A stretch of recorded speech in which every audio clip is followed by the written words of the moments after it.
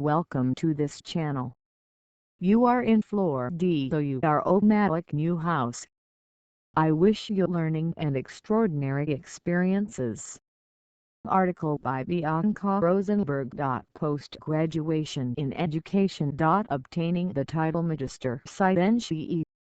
Kombi of the games. Cartographic Narratives of Players. Federal University of Viçosa. Viçosa. Minas Gerais, Brazil. 2017. Article recorded on May 1, 2023 by Sybil Mandela for educational sharing in Audiobook Flor De Ouro Malick Cosa Nova. I dedicate this to my grandmother Chaja Esther ZL and to my grandfather Chanas Zl, for his stories of struggles and for the many afternoons we played together. My grandmother Frida ZL and my grandfather Bernardo ZL, for teach the importance of knowing how to play with life, and my niece Valentina, for reminding me of this every days. I think there were many people with whom I shared the entire experience that led to this research. The process of this work began years before I even imagined writing it. Among so many encounters and disagreements I shared with so many others, that today I can only thank you because I am also each one of these.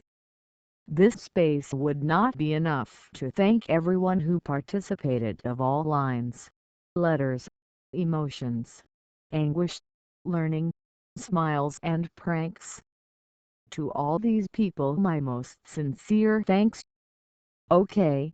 No, however, highlight those who always reminded me that I was not alone. I thank my family because it is only possible with you. My mother, Annette, for all your encouragement, understanding, kindness, and patience when I needed it most. Thank you for always having you around. To my father, Adriano, for understanding, patience and comfort I received. To my brothers, Michelle and Renato, for always supporting me in all my dreams and never letting me give up. To my sister-in-law Livia, for the many exchanges and advice. My niece Valentina because her smiles make me smile even more. And to my aunts Lucy and Paulette for their support and encouragement. I thank all the encounters and lessons that Viçosa allowed me to do. To Naldo, to Rosa and Graca for all their welcome and for being able to feel home and surrounded by all the affection of a family. This caress was essential and I take this affection with me. To the friends who showed me so many other worlds, who shared so many things, supported me and made me grow so much, you like Elm, Diana Luna Philomena Violet, Anna Paula Goudes Enrique, Lillian Frederico and Juliana Furtado. To the Palmittal community, for welcoming and for the privilege of being able to live in such a beautiful place with such beautiful people. For the much we share and admire, for the cousins and friends I made there. To the master's colleagues for all the anguish, anxieties and shared incentives. To the professors from the Department of Education and the Federal University of Viçosa. All those who militate and fight in the most diverse movements of Viçosa.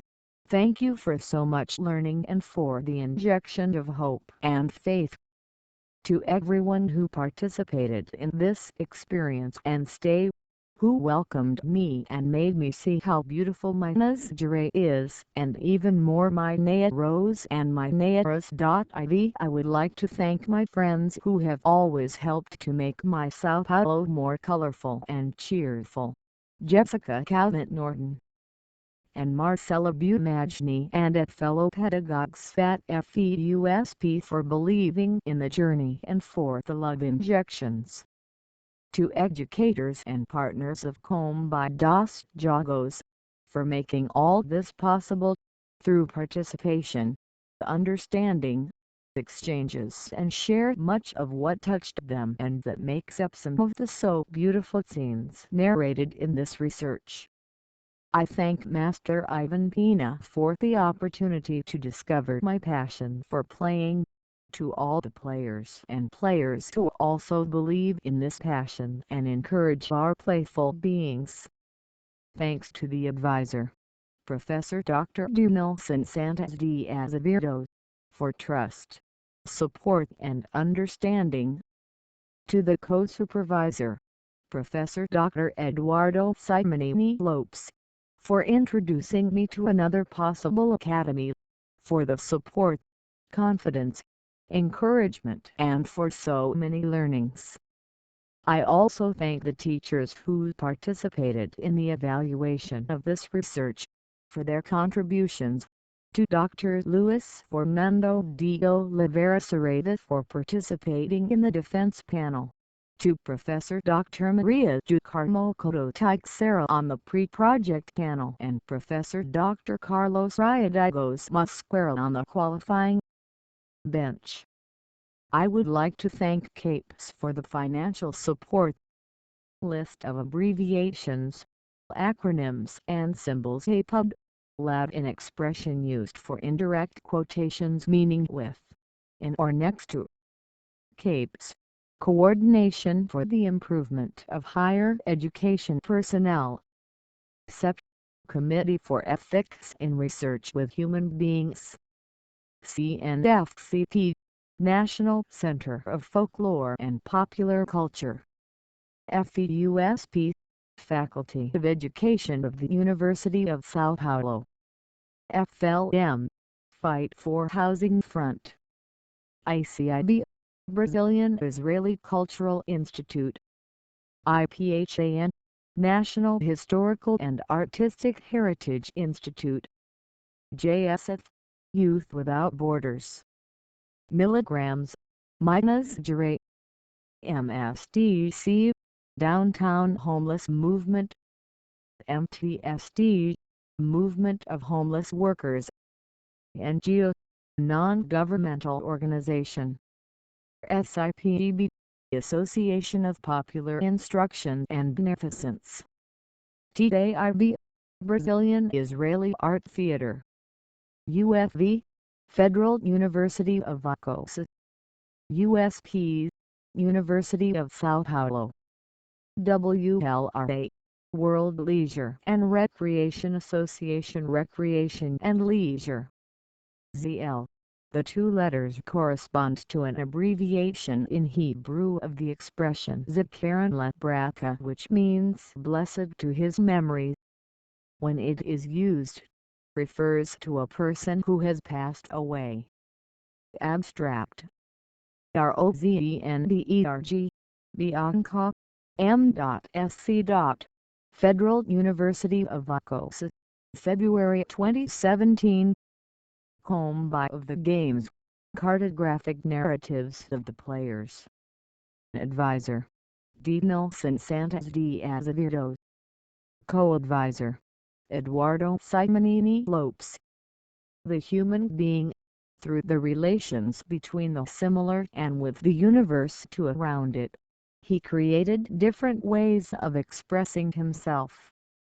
Games, toys and jokes are some of these expressions, and historically they were present in people's lives, in different social groups, ages and genders, being attributed different senses and meanings consonant to the ludic culture.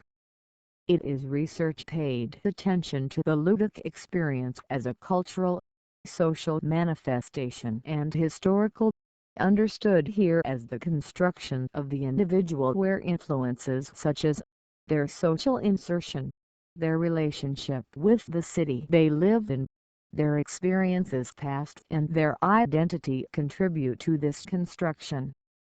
In this way, we assume in this research the game, the toy and the ludic universe as a heritage, intangible cultural heritage of humanity,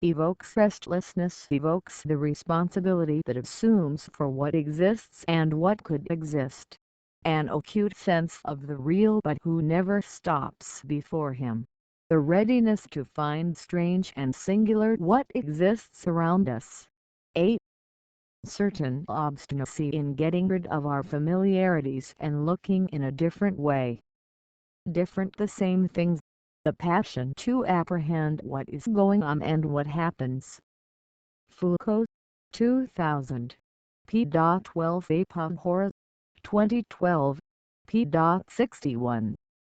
The passion for the subject that I chose to cover was already given some time before and came precisely from this restlessness, from the singularities, from the possibilities of to experience myself, to rediscover my being playful in new ways. Nonetheless, for this research, the paths I followed were plotted during it, being that. Thus, throwing the shuttle to and fro and hitting the great combs from the loom to and fro, the girl passed her days. Weaving was all she did. Weaving was all she wanted to do. She held the shuttle upside down, and tossing it swiftly to one side to the other, she began to unravel her fabric. She released the horses, the carriages, stables, gardens. Colasanti, 2000. p.18. I highlight the excerpt above, because I believe that this research is also a story of many textures, and, from this moment on, I also reveal myself as part of these textures, and in each point of this fabric I can see where the lines of my history passed and, at the same time, woven two other lines in the composition of new encounters. Some events gained meaning in this very weaving during the researching and writing my own story. After all, I understand that we aren't, in the after all, researchers of ourselves. We are our own subject of investigation. We seek to understand ourselves by pretending that we are understanding others. But we are also these others and other others. FERRACO, 2007, p.80. 1.1 There is no love in SP. There is no love in SP, a mystical labyrinth where graffiti scream can't describe. CRIOLO, 2011. Polistana. I was born and raised in the capital of the state of Sao Paulo. For almost 25 years I lived and survived in this labyrinth sung by, also Polistano, rapper Creolone. If I start this research by telling where I came from and who I am, it's because I believe that the choices I made are directly related to my experiences and choices for this investigation.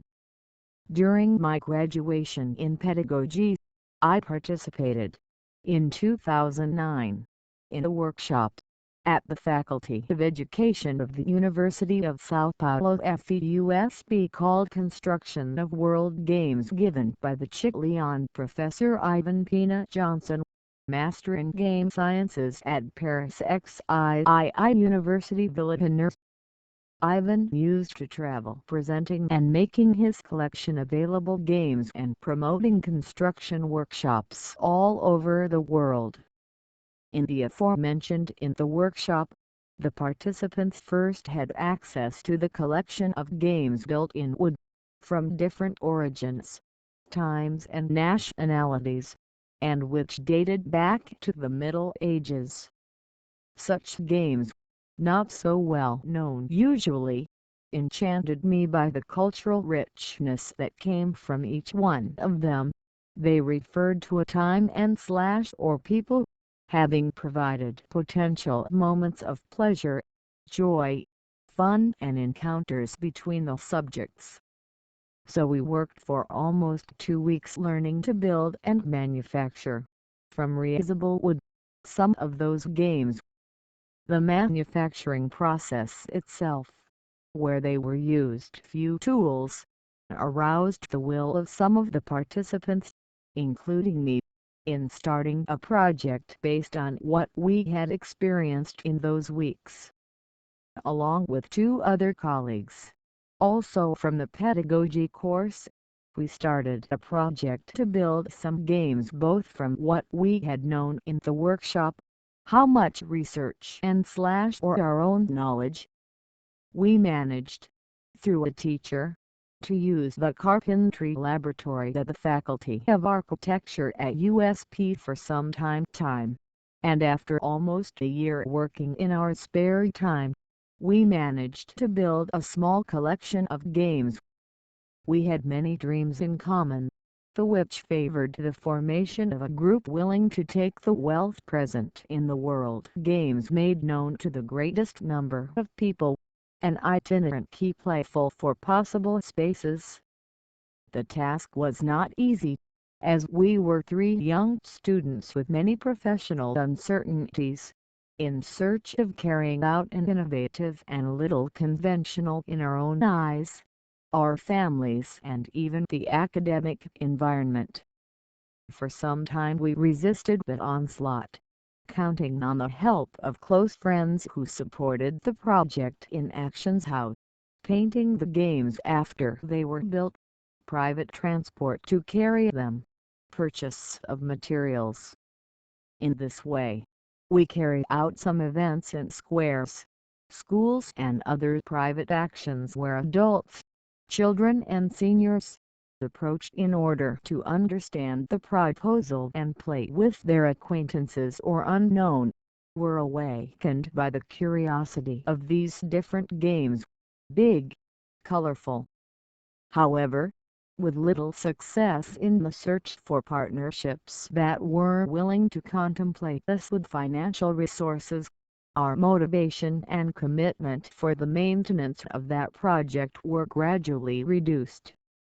Nonetheless, persistent in the proposal to get involved in something that had already become a passion, the ludic, I got a job at a non-governmental organization one that maintained a project called M.Sc in partnership with schools services that assist people with social and economic vulnerabilities.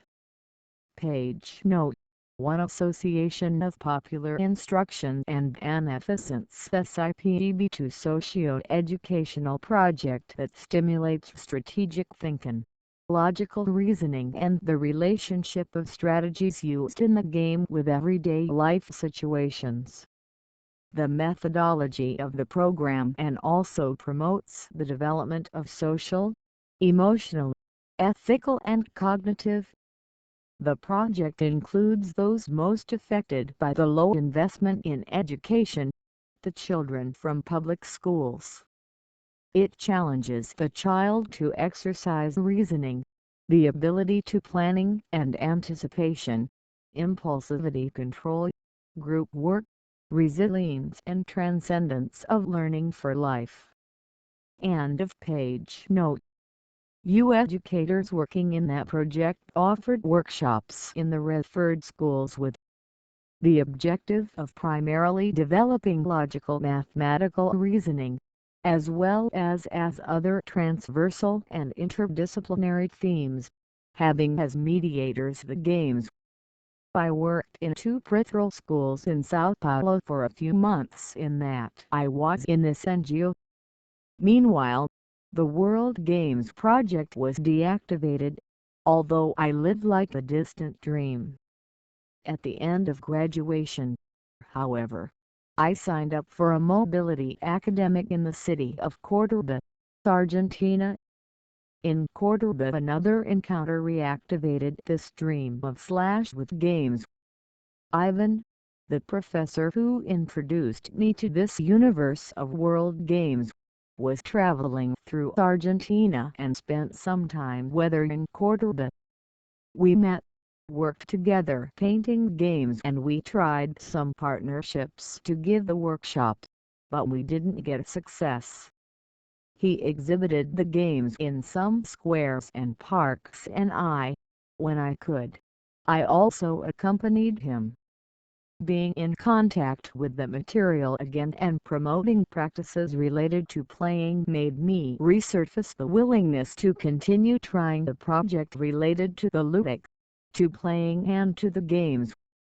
The exhibition of the games in different cities, events and spaces has always brought many reflections, experiences, findings and questions from the interactions I was able to share and the scenes observed.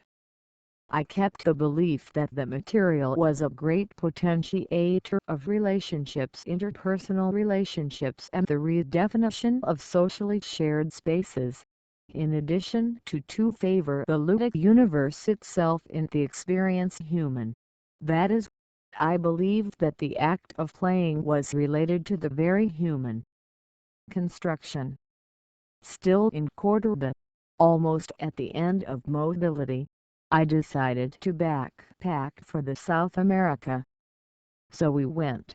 Me and a friend who was also a Brazilian exchange student discovered a little of this America. And if life is made of encounters, it was during this trip I found myself being away from family values. A place comfortable in the widest sense of the expression was also to be open to experience adventure. It was not, therefore, just an encounter with myself. It was a meeting of possibilities and with possibilities. And it was in a queue, waiting to pass through one of these border crossings between Chile and Peru. We met two other Brazilians, coming from M.Sc. After some time of conversation, I spoke about my dreams and how I would like to live somewhere quieter, perhaps in the countryside, in a place where the people meet more, talk and relate more depth. I told him about the World Games project, which he had already been working on for some time now, like an unfulfilled dream. At that moment, one of them, born in the city of Viçosa, in Minas Gerais, exclaimed, "You have to go for Viçosa, wow!" And from then on she began to tell me about the city, the gardens of the surroundings, of the alternative extension and educational projects that took place there. 1.2 IEUEUFI exclamation point 33 A typical interjection from Minas Gerais that expresses agreement. I repeat, for the sheer joy of living, salvation is by risk, without which life is not worth living. Lifespec 1992.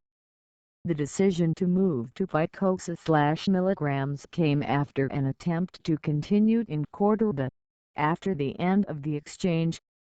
Unsuccessful in building a life in a foreign country and with the feeling of wanting to be on my own country, although not in São Paulo, I began to plan my return to Brazil and I quickly moved to Viçosa with the help of the aforementioned friends who met during the backpacking through South America and who lived in that city.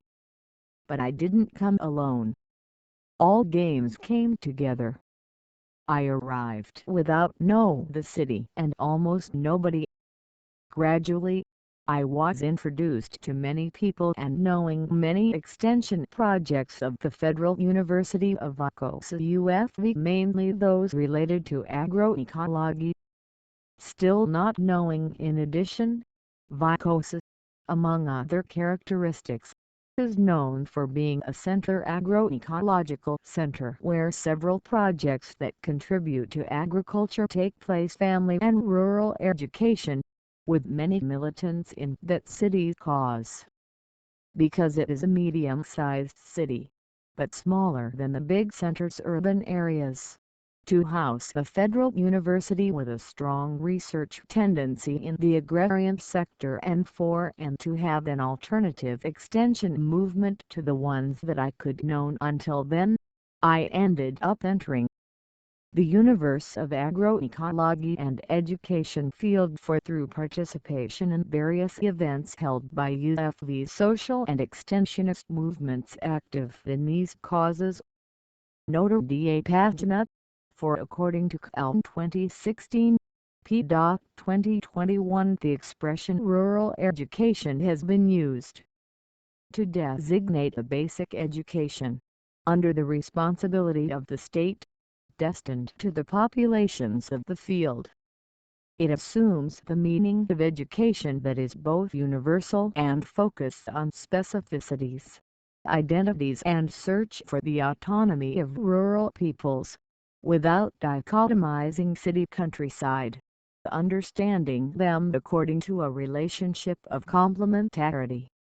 Your understanding goes through understanding, on the part of social movements, that the struggle for democratization and the right to education is an accumulation of workers' struggles in general against inequalities and oppression.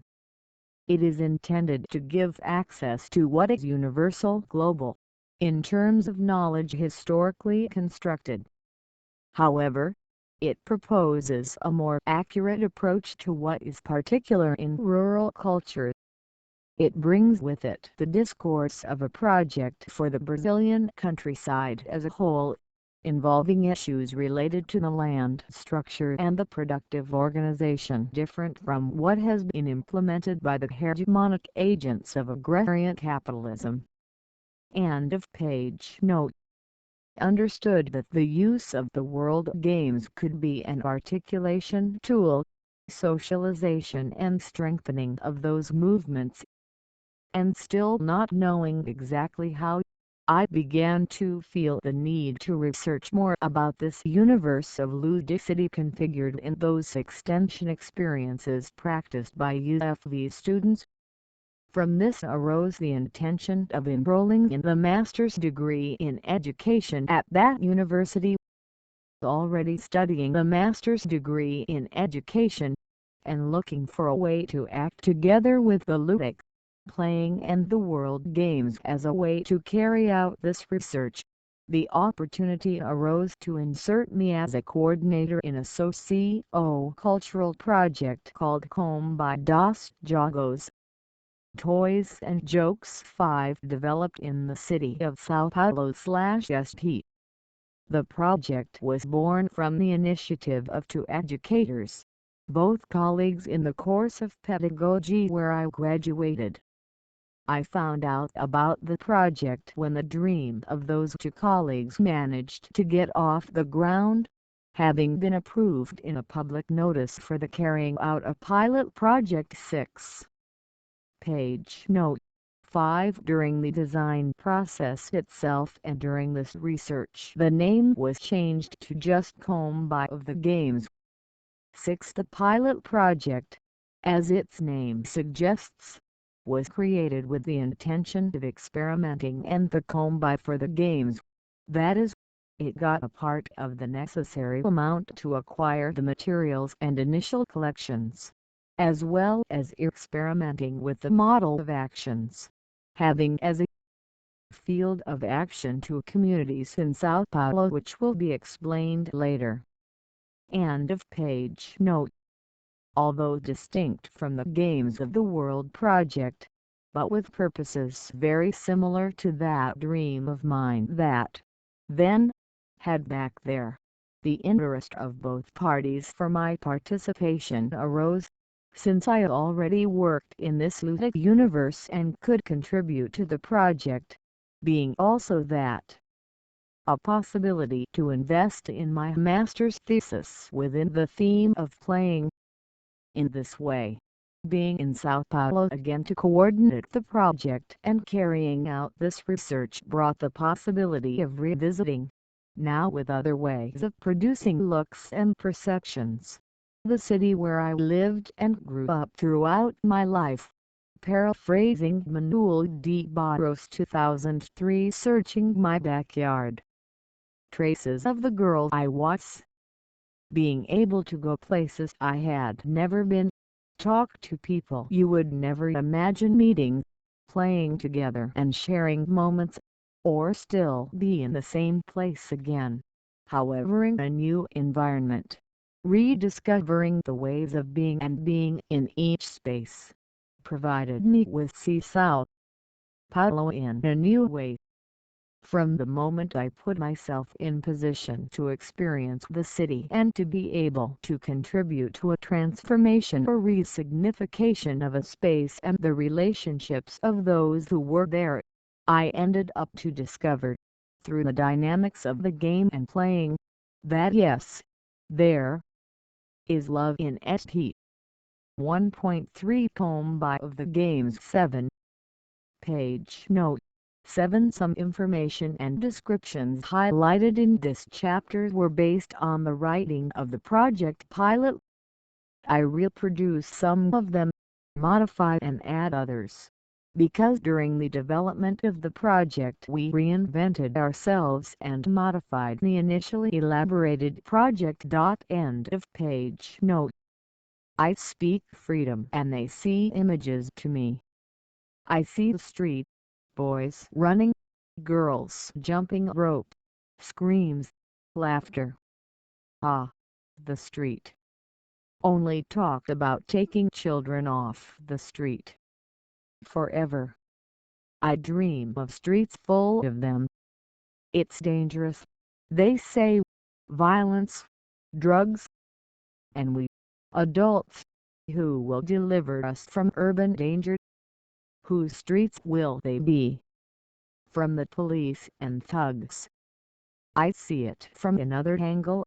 One day give back the street to the children, or give back the child to the streets, would both be much more happy for their 1989 p.3 Kombi dos Jogos is a socio-cultural project whose mission is to spread the culture of playing with the aim of promoting experiences capable of strengthen ties and reframe public spaces. The initiative extends to people of all ages and from different socio-cultural repertoires, when believes that the personal, cultural and social development of all residents and of people who circulate and inhabit a certain space can create spaces and more welcoming cities.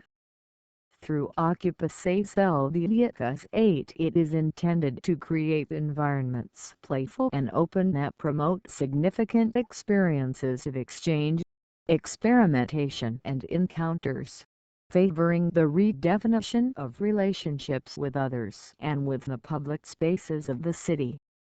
A Kombi full of world games, toys and games, traditional and popular traditions from Brazil and other countries served as the basis of the project, which developed its activities in several regions of the city of São Paulo, respecting the characteristics and needs of the place visited and the people.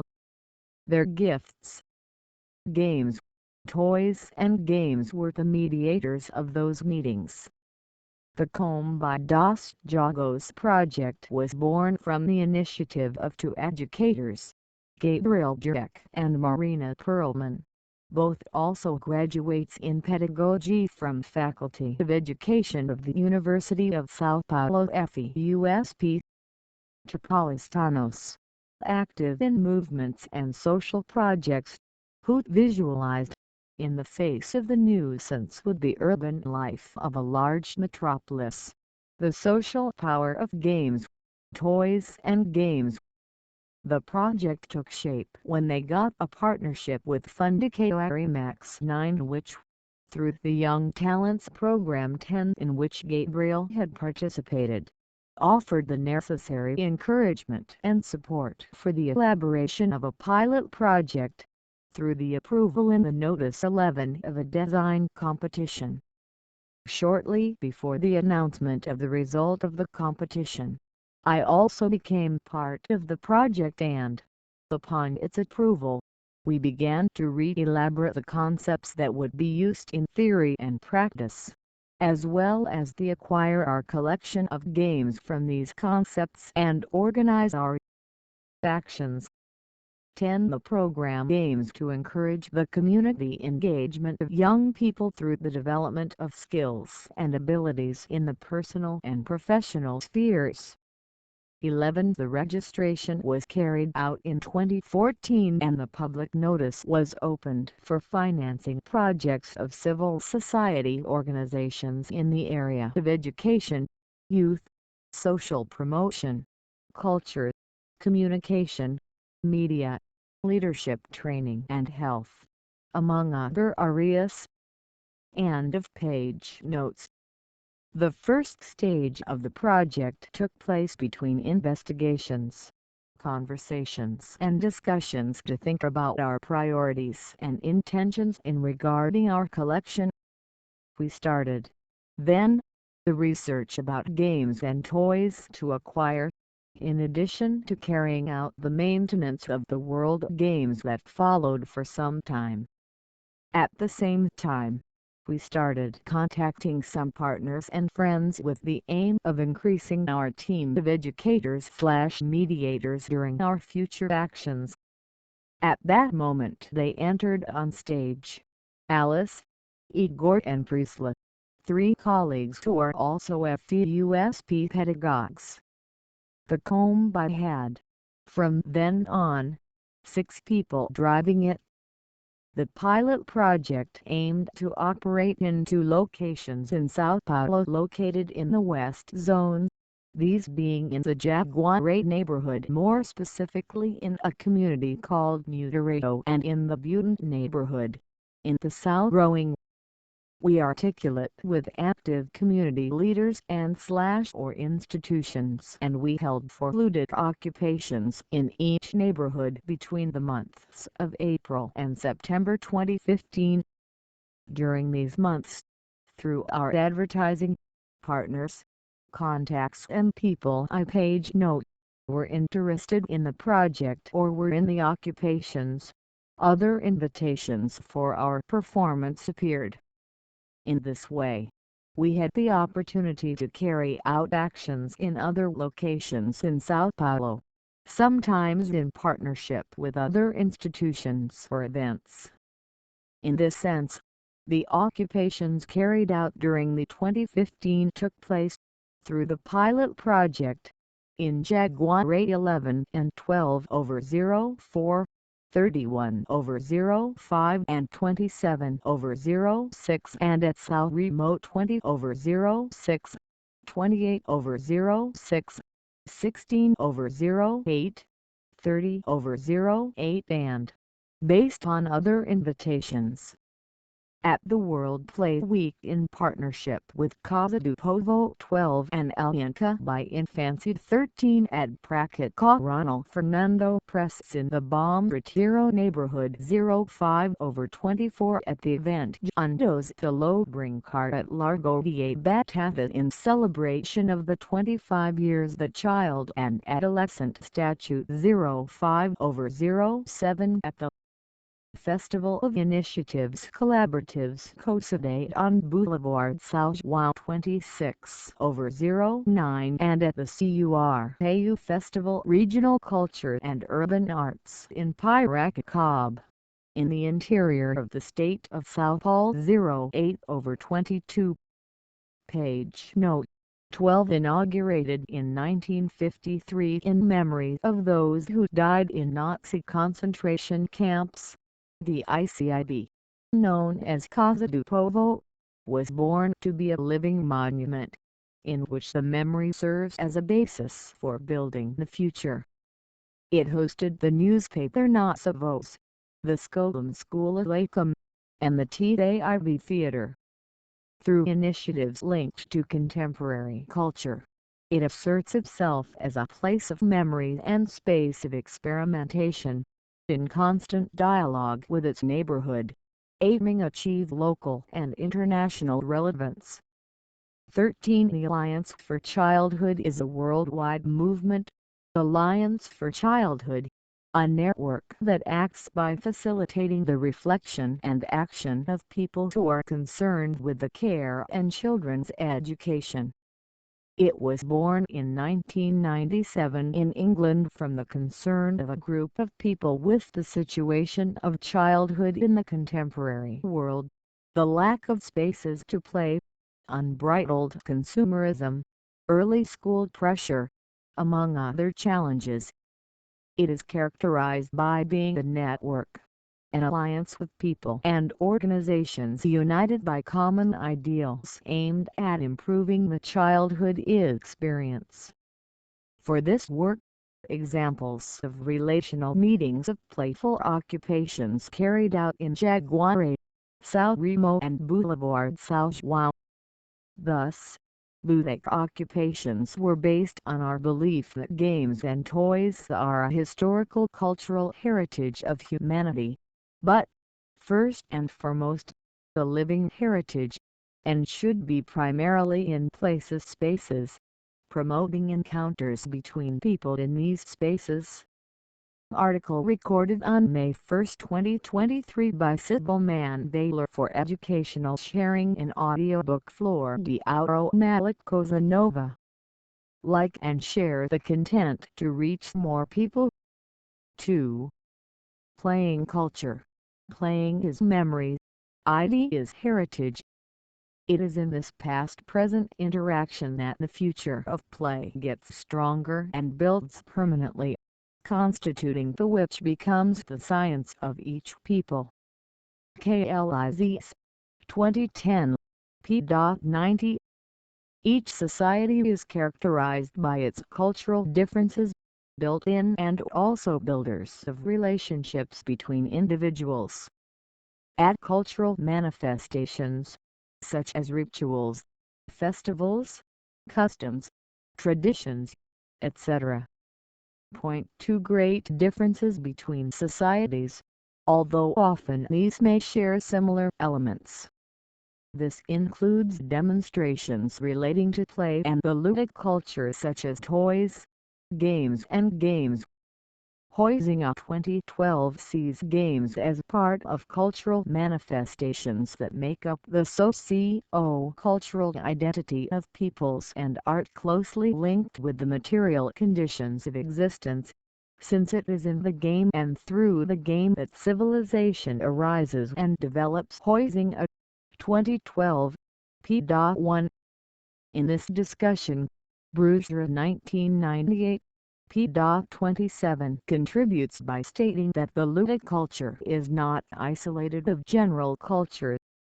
This influence is multiform and begins with the environment, the material conditions. Bruger 1995 also comments that the toy must be considered as a product of a society endowed with cultural traits specific. Knowledge of these manifestations contributes to the understanding of economic, political, social, educational aspects of the different spaces where they occur. With regard to the preservation of cultural assets, in particular the ludic culture, it is important to consider the articulation between cultural heritage and memory. According to the National Historical and Artistic Heritage Institute (IPHA), the identification of the material culture takes place from its relevance to the memory, identity and formation of Brazilian society IPHA/CNFCP. 2006, p. 18.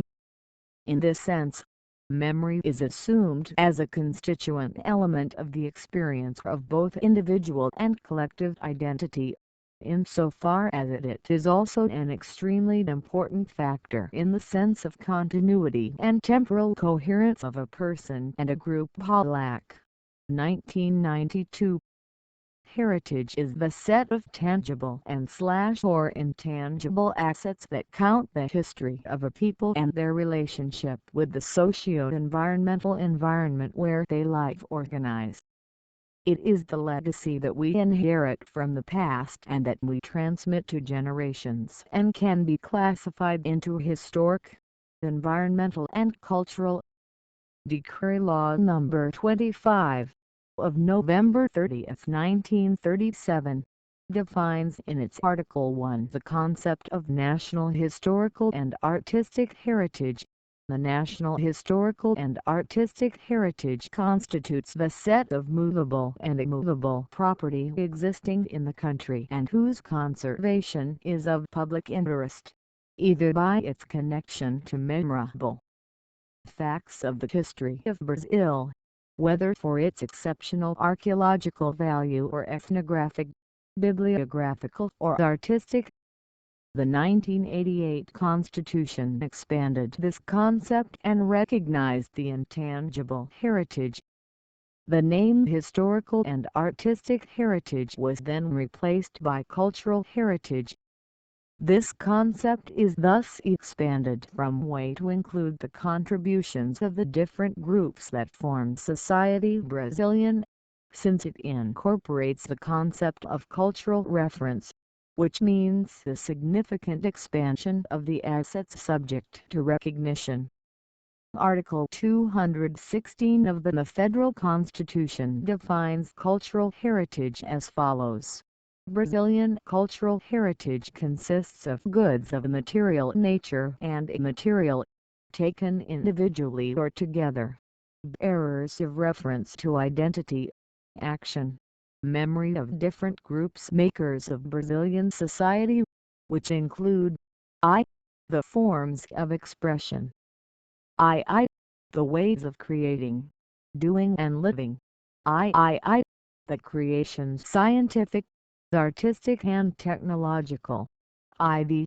The works, objects, documents, buildings and other spaces intended for artistic cultural manifestations.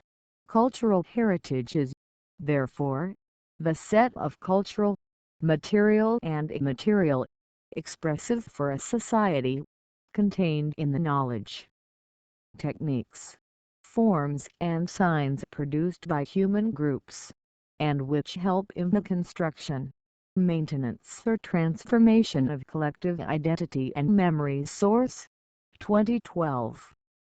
In Brazil, the person responsible for promoting and coordinating the preservation and appreciation of the Brazilian cultural heritage, in its dimensions material and immaterial, is the National Historical and Artistic Heritage Institute IPHAN.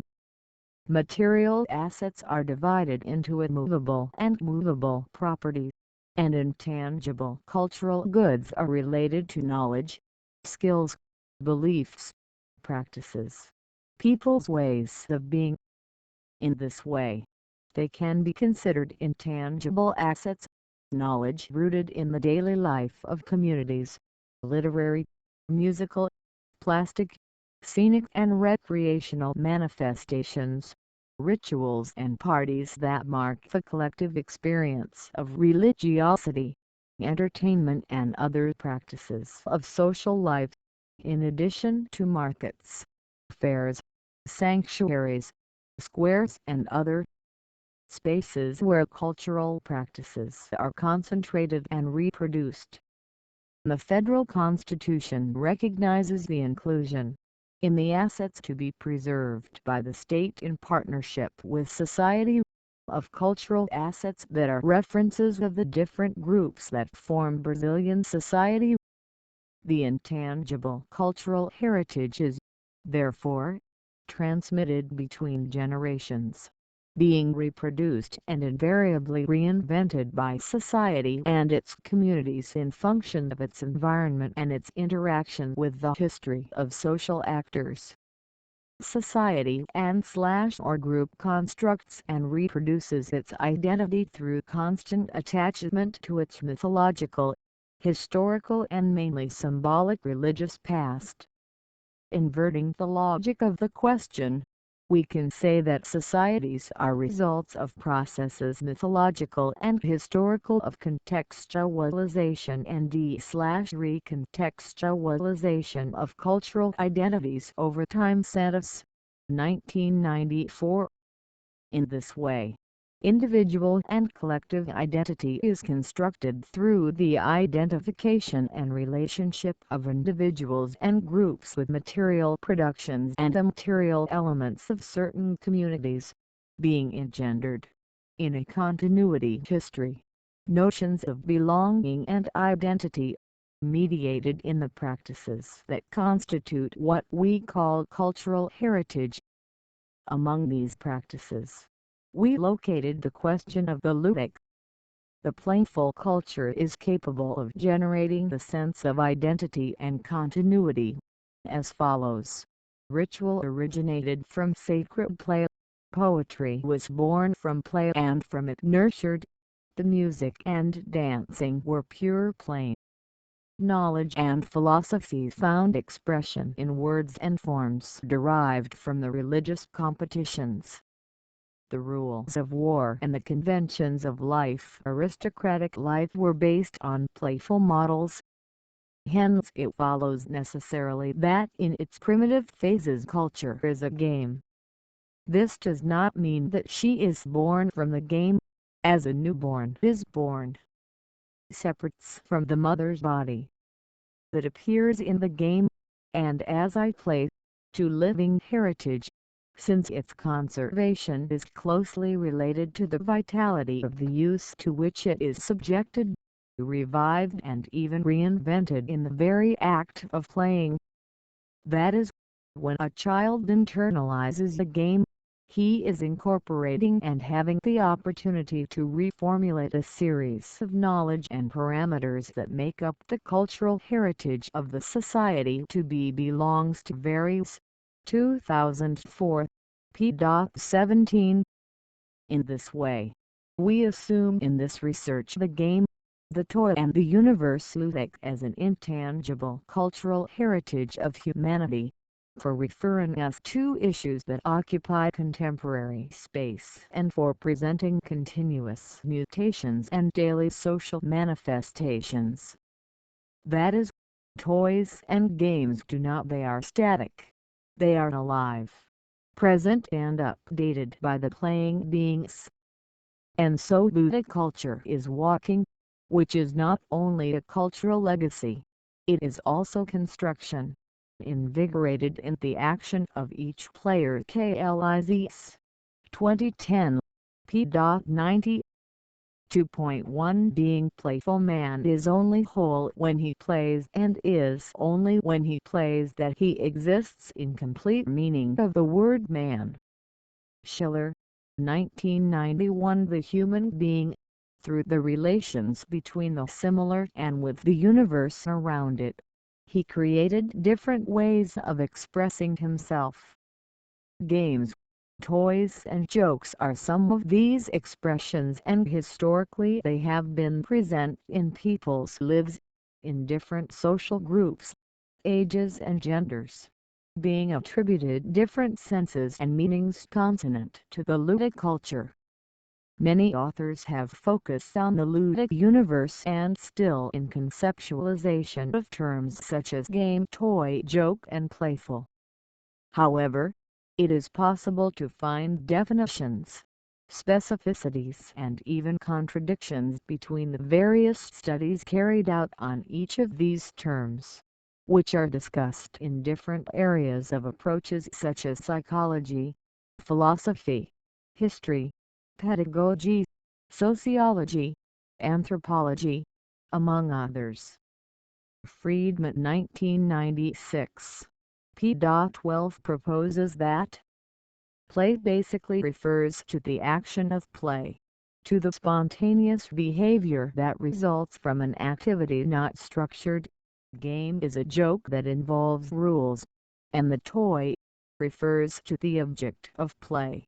Activity. Game is a joke that involves rules, and the toy refers to the object of play. Ludic activity covers, more broadly, the previous concepts. Maturani and Verdenzoller 2004, p. 210. Consider a joke any human activity practiced in innocence, that is, any activity performed in the present and with the attention focused on itself and not on its results. Or, in others' terms, lived with no ulterior purpose and no intention other than to your own practice. any human activity that is enjoyed in its realization, in which the attention of those who experience it does not go beyond her. It's a joke. That is, for these authors, adults and children play, then they surrender fully to an activity. And this moment of surrender is also an act of freedom and creation of the present, since there would not be a goal or intentionality predefined when playing itself. Friedman 2005, in a slightly differentiated perspective, considers playing as being in a zone boundary between reality and the invention of new possibilities, as follows. Playing brings back our child's soul. In the act of playing, the human being shows himself in his essence, without knowing it. In a way, unconscious, the player exchanges, socializes, cooperates and competes, wins, and loses, gets emotional, screams, cries, laughs, loses patience, gets anxious, relieved, wrong, right. Bring your whole body into play. Your skills, motor and movement skills, are challenged. In play, being human imitates, meditates, dreams, imagines. Your desires and your fears become, in that second, the reality. The play unveils a possible and imaginary world for the players.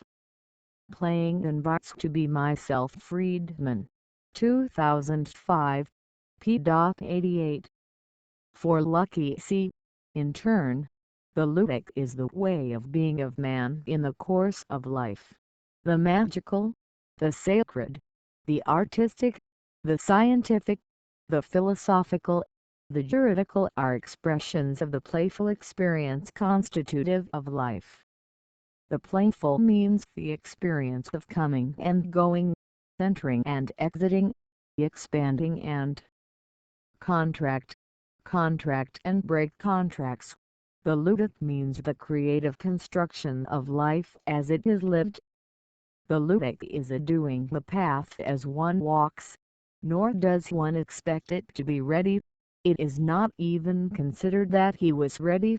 This creative path was made and it is being done with life in its come and go, in its advance and retreat. More, there is no way to step on the footprints made, since each hiker makes and will make new footprints.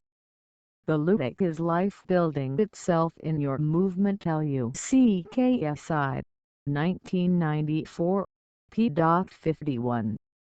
Therefore, what is intended is to pay attention to the ludic experience as a cultural, social and historical manifestation. Not being necessary in this way, elect one or another form of this manifestation, if not in your own experience and the creative construction of this continuous flow, as highlighted above by Lucky C. If we understand the ludic culture as a continuous movement of construction of the individual within a given environment, we will realize that influences such as his social insertion, his relationship with the city he lives in, his previous experiences and their identity contribute in this construction and in the relationships that emerge from these displacements.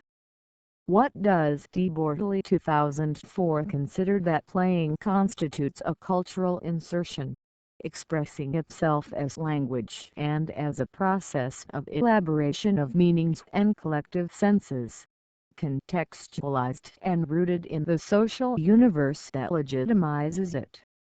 What, for your time, presupposes that play is also a social learning process that only is possible when established in a language. According to Bourgeois, play is a mutation of meaning, of reality. Things there become others. It is a space on the margins of common life, which obeys rules created by circumstance. The objects, in this case, can be different from what they appear. However, behaviors are identical to those of everyday life. Play is not a specific behavior, but a situation in which that behavior takes on a specific meaning. 1995, p. 9100. And he adds, saying that, in fact, play bears witness to the openness and invention of possible, of which it is the potential space of emergence. The joke that can be, at times, the school of social conformism, of adequacy to the proposed situations, can, in the same way, become a space of invention, curiosity and experiences diversified, no matter how little society offers children the means for that. It turns out that this openness marks one of the essential aspects of modern societies, characterized by indeterminacy of the future of each individual. The eventuality of play corresponds, intimately, to the unpredictability of an open future. Blugere, 1995, p. 107. Thus, in this research, playing is assumed to be a non-totalizable totality, since the playing being proposed here does not define a person or even a social character, but a process of connections, of encounters and movements. It is like openness to inventions and other possibilities that the being playful is proposed, because, as indicated by Heraclitus, a prehistoric Greek philosopher, Socratic, the being is not a physical state, but a continuous movement. Therefore, following, therefore, the Heraclitean movement, we are led to the understanding of existing while immersed in an uninterrupted becoming, where the being itself would be a process in transformation, and there would be no the reality as an external and independent fact to the processes that constitute it. It would therefore be a reality to continuously self-produce in the heat of encounters, mixtures and miscegenations. Simoni, 2015, p. 65. Therefore, given the possibilities of inventive spaces and creation in playing, we have that, in addition to the socializing process that configures it, as cultural heritage, it is also constituted not only as a memory, but as a process that invents relationships in the very movement of openness to a experience and permeabilization of what is already established. Article recorded on May 1, 2023 by Sybil Mann-Baylor for educational sharing in Audiobook Flor De Ouro Malik Cosa Nova. Like and share the content to reach more people. 2.2 Playing is experiencing. Remember the time that you felt and feel it was the wisest way to know and you didn't even know. Alice Ruiz. How much information bombards us every day? How many of these are left stored in our memory and can become present again when evoked? From television to the internet, from cell phones to tablets, from notebooks to conversation with neighbor/boss/colleague, from street sign to electronic panel, from radio to the newspaper, from the television and the subway to the horn on the bus, from the pamphlet for social networks, from weathered forecasts to television. We live in a society where information overflows, whether in visual forms, sound, text, sensory, etc. It is also necessary to be informed, to know the news, the latest news and more. It is necessary to give an opinion, in the conversations of bars, on social networks, at family lunches, taking care of the house, family members and pet, work, pay the bills. That tick-tock of the clocks, it's the sewing machine of time making shrouds. Quintana, 2008. p.285. There are many tasks, concerns and stimuli that happen daily at such a fast speed that our routines just happen, but little happens to us, touches us or affects us in such a way as to take us out of a common. As observed by Larissa 2002, p.21. Every day there are many things, but at the same time, almost nothing happens to us. In turn, when something touches us, marks us, makes us feel, Larissa 2002 of experience considers that we go through an experience, and this occurs precisely when we are enchanted, as Manuel de Barros 2006, by X. That the importance of something is not measured with a tape metric nor with scales nor barometers, etc. That the importance of a thing it has to be measured by the enchantment that the thing produces in us. More specifically, Larissa 2002, p.21 maintains that experience is the what happens to us, what happens to us, what touches us. Not what's up, not what happens, or what touches and highlights for causes that, currently, prevent the experience. Firstly, because of the information overload. Information is not experience. Information does nothing but cancel our possibilities of experience. Second, the experience is increasingly rare due to an excess of opinion. The obsession with opinion also annuls our possibilities of experience. It also makes that nothing happens to us. Thirdly, experience is increasingly rarer, due to lack of time. The speed with which we are given the events and the obsession with novelty, with the new, which characterizes the modern world, prevent the meaningful connection between happenings. They also impair memory, since each event is immediately replaced by another that equally excites us for a moment, but without leaving any trace. Fourthly, the experience is increasingly rare due to excess work. ROZENBERG 2002, p.2124. In this way, there are no ways to transmit an experience of a person to another. Even if they live in the same situation, it will not occur to them same way. In this case, to provoke an experience there is no formula. And, therefore, the knowledge of experience is a particular, subjective knowledge, relative, contingent, personal. If experience is not what happens, but what happens to us, to people, even if they face the same event, do not have the same experience. The event is common, but the experience is for each one his own, unique and in some way impossible to be repeated. The knowledge of experience is a knowledge which cannot be separated from the concrete individual in which it incarnates.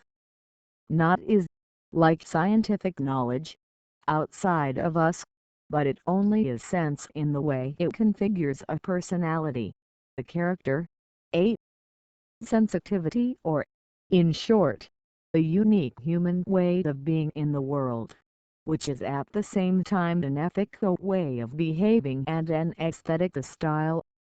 Therefore, the knowledge of experience does not can benefit from any manumission.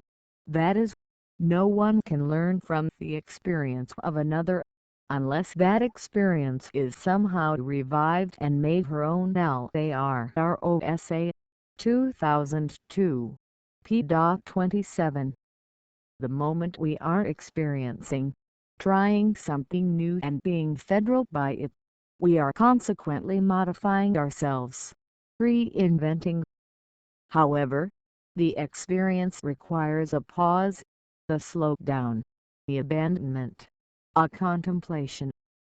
For Larissa, in a gesture of interruption, The subject has the ability to stop and delve into his own present to become then subjective experience.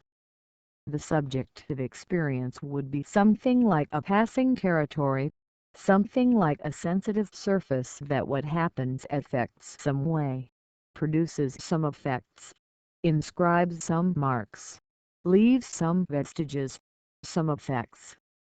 The subjective experience is above all a space where events take place. ROZA 2002 p.24. According to Cohen, the experience is related to childhood, seen as novelty, discontinuity, multiplicity, as disequilibrium and becoming and, therefore, as a condition of our very existence. If the human being is a historical being, it is because he is childhood, because language is not given to him by nature but because he is to learn to speak since he was born, because he hasn't spoken since forever, because it has not always been spoken by language, but because it speaks and it is spoken submerged in a story.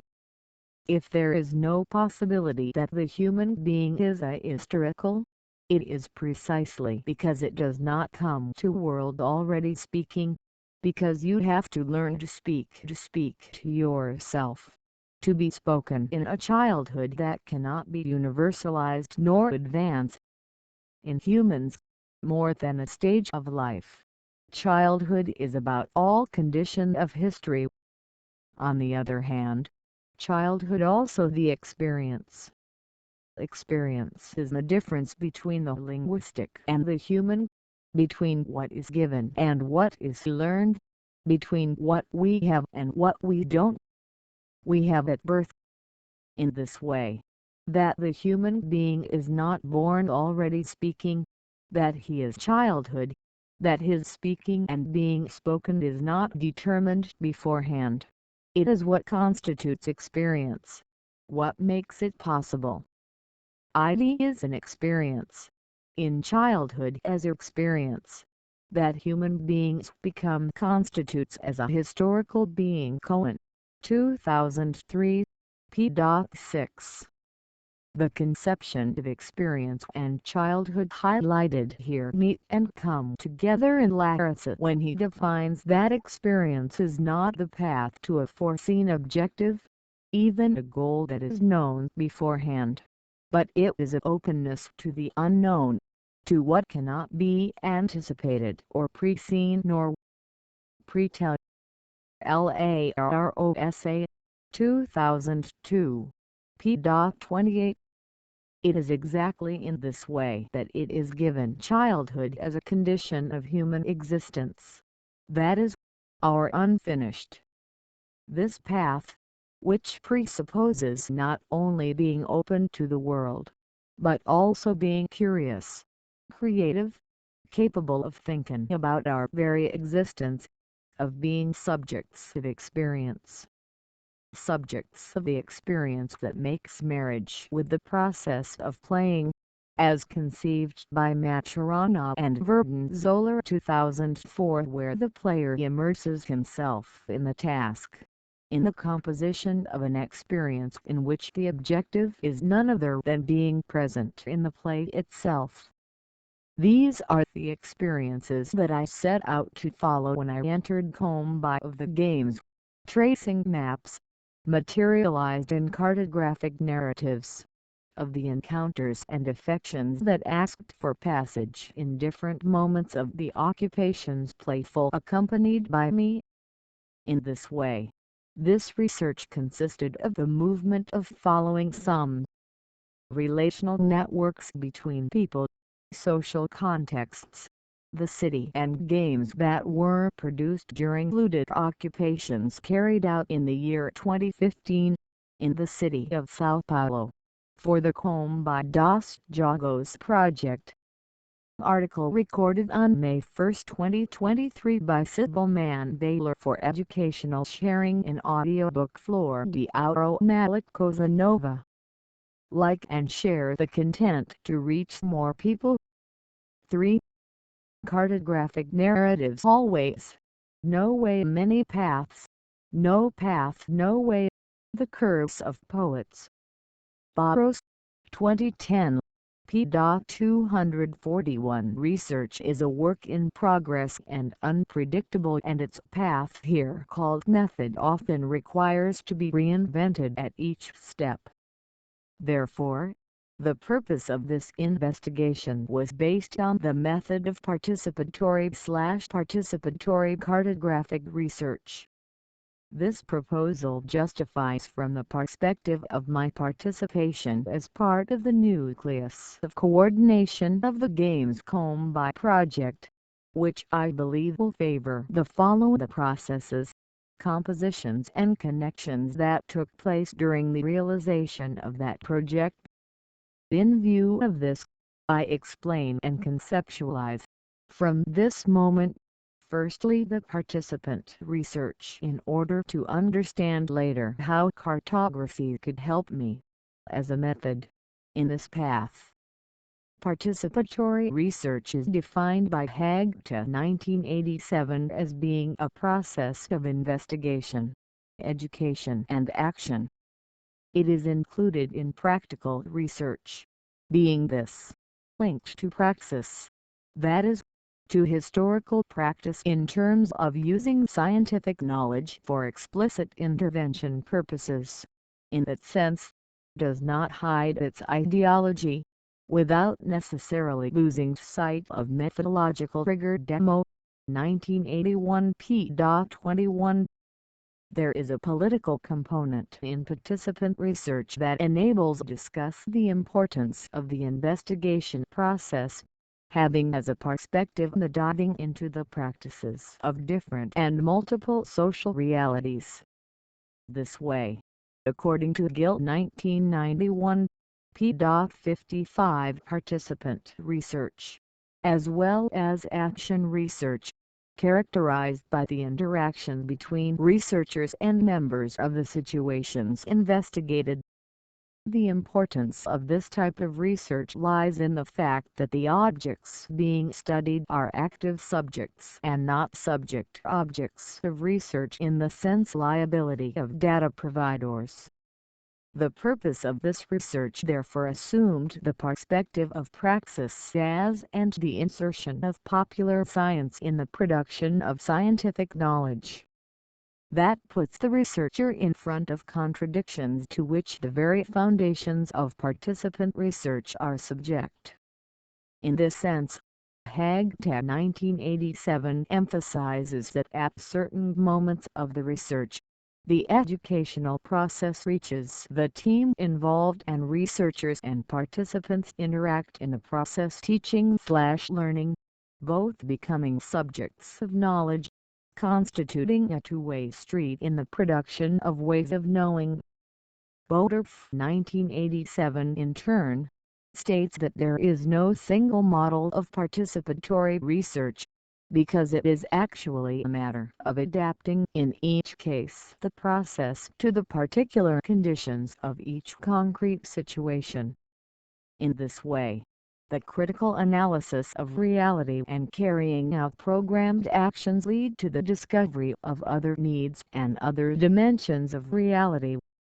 The action is a source of knowledge and new hypotheses, and the diagnosis, critical analysis and action must constitute three moments of a process: permanent study, reflection and transformation of reality, which nourish each other. In this sense, Hagta 1987 maintains that it is not the capture of the real at a given moment that is of interest and that represents the objective of the participant research and action research, but knowledge in process that settles down. It is a path where an attempt is made to unravel the subjective aspects of action, perceptions, definitions, explanations. In the same way, in a relationship with participant research, research cartography challenges us to develop processes, monitoring practices, inventive and production of living and feeling. The cartographic method has inspiration in the work of Denilson and Guattari 1995 when they used the concept of rhizome to propose a different way of understanding the production of reality. Reality as a process has assemblages, as connections and mismatches to form a rhizomatic tissue. The rhizome is a concept originating in botany, where it is understood like a modified stem that works as a reserve of nutrients for some vegetables. It can present a variety of forms, and its extension it multiplies in branches that move in all directions. And the characteristic of being composed of varied dimensions, in addition to not having a central specific, but ramifications constituting lines that intercept and form a mobile and connective network, is what drew the attention of Denilson and Guattari. For them, there is the best and the worst in the rhizome, the potato and the grass, the weed DELUZE and GUATARI, 1995, p.14. For the aforementioned authors, the rhizome neither begins nor ends. It is always in the middle, between things, interbeing, intermezzo. The tree is filiation, but the rhizome it is alliance, only alliance. The tree imposes the verb to be, but the rhizome has as fabric the conjunction and. There is in this conjunction enough force to shake and uproot the verb to be. The medium is not an average, on the contrary, it is the place where things acquire velocity. Between things does not designate a localizable correlation that goes from one to another and reciprocally, but one direction perpendicular, a transverse movement that carries them one and the other, creek without beginning or end, which gnaws its two banks and acquires speed in the middle. DELUZE, GUATARI, 1995, p.36. In this way, for Denilson and Guattari, to do cartography is to follow the connections of this rhizome, and, according to Barros and Kestra 2010, p.56, whenever the cartographer enters the field there are ongoing processes. The field research requires the inhabitation of a territory that, in principle, he does not dwell. To this extent, cartography approaches the ethnographic research and makes use of participant observation. The researcher remains in the field in direct contact with people and its existential territory. The cartographic procedure consists, therefore, in the experimentation of the object process, that is, being together accompanying the connecting processes that come to life in everyday life and not only represent and interpret it in reference to a truth external to the process followed. Being thus, the objective of cartography is precisely to draw the network of forces to which the object or phenomenon in question is connected, accounting for its modulations and its permanent movement. Barros, KASDRUP, 2010, p.57. By following the uses that different subjects made of games, toys and games during the ludic occupations, I had the opportunity to problematize such uses and their possibilities in the reinvention of public spaces and relational. Thus, paraphrasing Barros and Kestra 2010, p.73, we can say that in this way research is carried out in movement, in the accompaniment of processes, which touch us, transform us and produce worlds. Barros, KASDRUP, 2010, p.73. Faced with the movements that emerged during the investigation, I launched myself also in a narrative perspective in order to reinvent the experiences of various actants in ways of doing and following the paths of research itself. For Latour 1999, an actor or actant is defined as any person, institution or thing that has agency, that is, produces effects in the world and on him. An actant leaves a trace, and that is the only way it can be followed on the network, since produce effects on it, modify it and are modified by it. For leaving traces of its trajectory, an actant also tells a story, and, in this perspective, Larissa 1994, p.48 proposes that the sense of what we are depends on the stories that we tell and the things we tell about ourselves, in particular the constructions narratives in which each of us is, at the same time, the author, the narrator and the main character. In this way, the narratives are configured in a texture composed in the multiple experiences of the ones who tells them, because the important for the author who remembers, it is not what he lived through, but the fabric of his remembrance. Benjamin, 1986, p.37. He who narrates inserts, select, makes clippings, withdraw, leave spaces, silences and movements that are composed during the experience lived in a network of forces that are renewed in the narrative practice itself. For Benjamin 1985, p.205, the narrative is not interested in transmitting the pure in itself of the narrated thing as information or a report. She plunges the thing into life of the narrator to then remove it from him. This is how it prints on narrative the narrator's mark, like the potter's hand on the clay of the vase.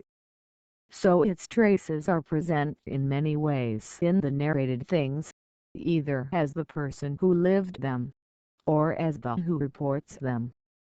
That is, the narratives developed by me in this work are woven together with my sensations, together with the actors of the occupations, with the Kombi team and also by the neighborhoods and squares of the city that were, in their different architectures, also actors to potentiate or not the encounters. And no development of the narratives that will follow. I followed Spink's guidelines to about doing research in everyday life, when he considers that, unlike the planned methods in which a priori outlines a script of questions on a previously agreed topic and operationally defined, being a researcher in everyday life becomes often characterized by spontaneous conversations in meetings situated. Spink, 2008, p.72. Therefore, when using narratives to draw a cartography of encounters in the process of occupations, I inserted myself as a researcher in / with the playful daily lives that emerged from the encounters between the Kombi and the microplaces in the city of Sao Paulo. In this sense, Spink 2008, p.71 considers that everyday life is made up of thousands of microplaces, is not the eventual context or an environment seen as background. You microplaces, like places, are us. We are the ones we built and continue to do in a permanent collective task and without end. Therefore, I was, during the research, both as an observer and participant, but also as a researcher involved in the field and open to possibilities to be affected by the experiments in the encounters produced during the presentation of the games. I emphasize that this openness to these possibilities were also accompanied by the conditions 14 of the entire team of educators/mediators present in ludic occupations. Nota da pagina 14 For Spinoza 2013 Affection occurs from the meeting of two bodies, affections that generates a variation in their power to act. The body that relates to another body is affected and then undergoes an alteration, a transition from this experience that may raise or lower its action potency. End of page. Note: in this way, I used the field diary and the narrated feedbacks as well by the team of educators/mediators audio recorded after each occupational vignette in addition to photographic images as strategies for the construction of cartographic narratives. Barros and Castro 2010 describe the reports in field diaries. There is a valuable practice for cartography, which is writing hand/or drawing in a field diary or notebook. You know, books are like the hypomemorita, which Michel Foucault 1992 discusses when presenting the practices of the Greeks. With the objective administrative process of gathering the fragmented logos, the hypomemorita constituted a material memory of things read, heard or thought. They also formed the raw material for the writing of more systematic treatises. P. 135. We can say that for the cartography these notes collaborate in the production of data from a research and have the function of transforming observations and phrases captured in field experience in knowledge and ways of doing. There is transformation of experience into knowledge and knowledge into experience, in a circularity open to the passing of time. There is co-production. The annotated observations are like material to have at hand. Not only in the sense that they can be brought to consciousness, but in the sense that it should be possible to use them, as soon as necessary, in action. P. 136 Barros, KASDRUP, 2010, p. 70. With regard to photographs, I understand that an image can foster modes to see in the production of different views and unexpected sensations to emerge in social fabrics, because, as maintained by Barros 2010, p. 403 pictures are words that we lacked.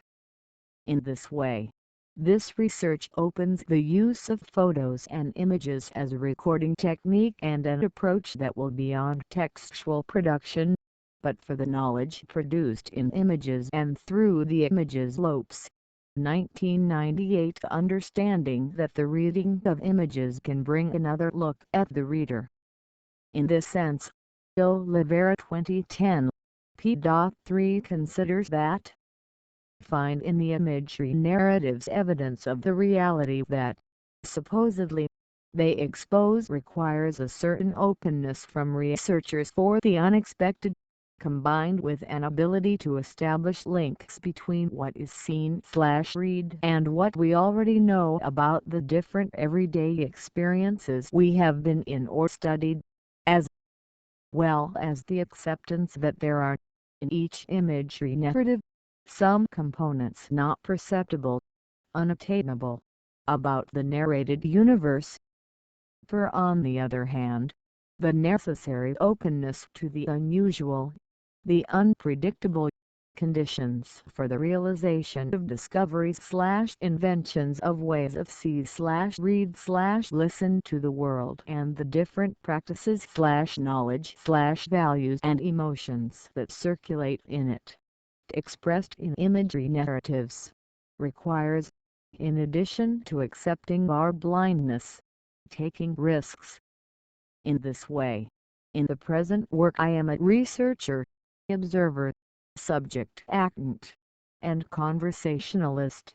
As a person that I am practitioner of the world open to possibilities of involvement, of being attentive to my senses and emotions, to affections, relationships and worlds of the many other social actors.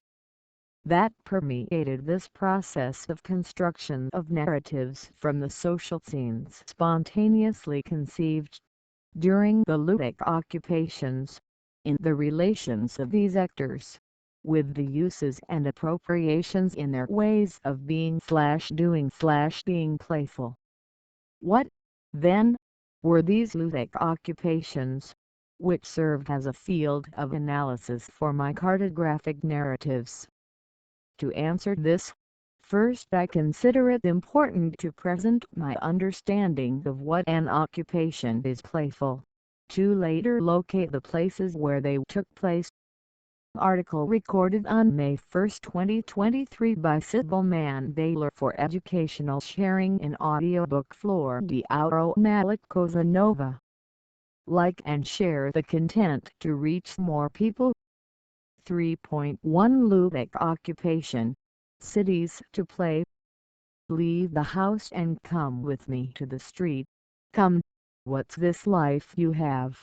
No matter how many lives you win, it's yours but you'll lose if you don't come. DOLINDA 2010. The gates of the condominium, they are to bring protection, but they also bring doubt if you are the one in this prison. The Rapid, 1999. The formation of cities has been part of human history since antiquity to the present day, and urban centers have been transformed over the centuries according to their local, economic, technological development and needs. Human. According to Ruelnick 1994, p.19. Building and living in cities implies necessarily live collectively. In the city you are never alone, even if the next human being is beyond the wall of a neighboring apartment or in the vehicle in traffic. The lonely man in the apartment or the individual inside the automobile is a fragment of a set, part of a collective. In this context, public spaces can reflect and influence the ways of living and also to take ownership of the city.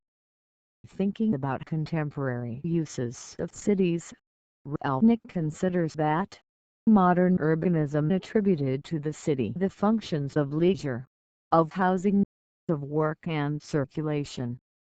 Of these four functions, three were confined and located in private spaces, increasingly circumscribed and homogeneous, with the public dimension having the function of circulation.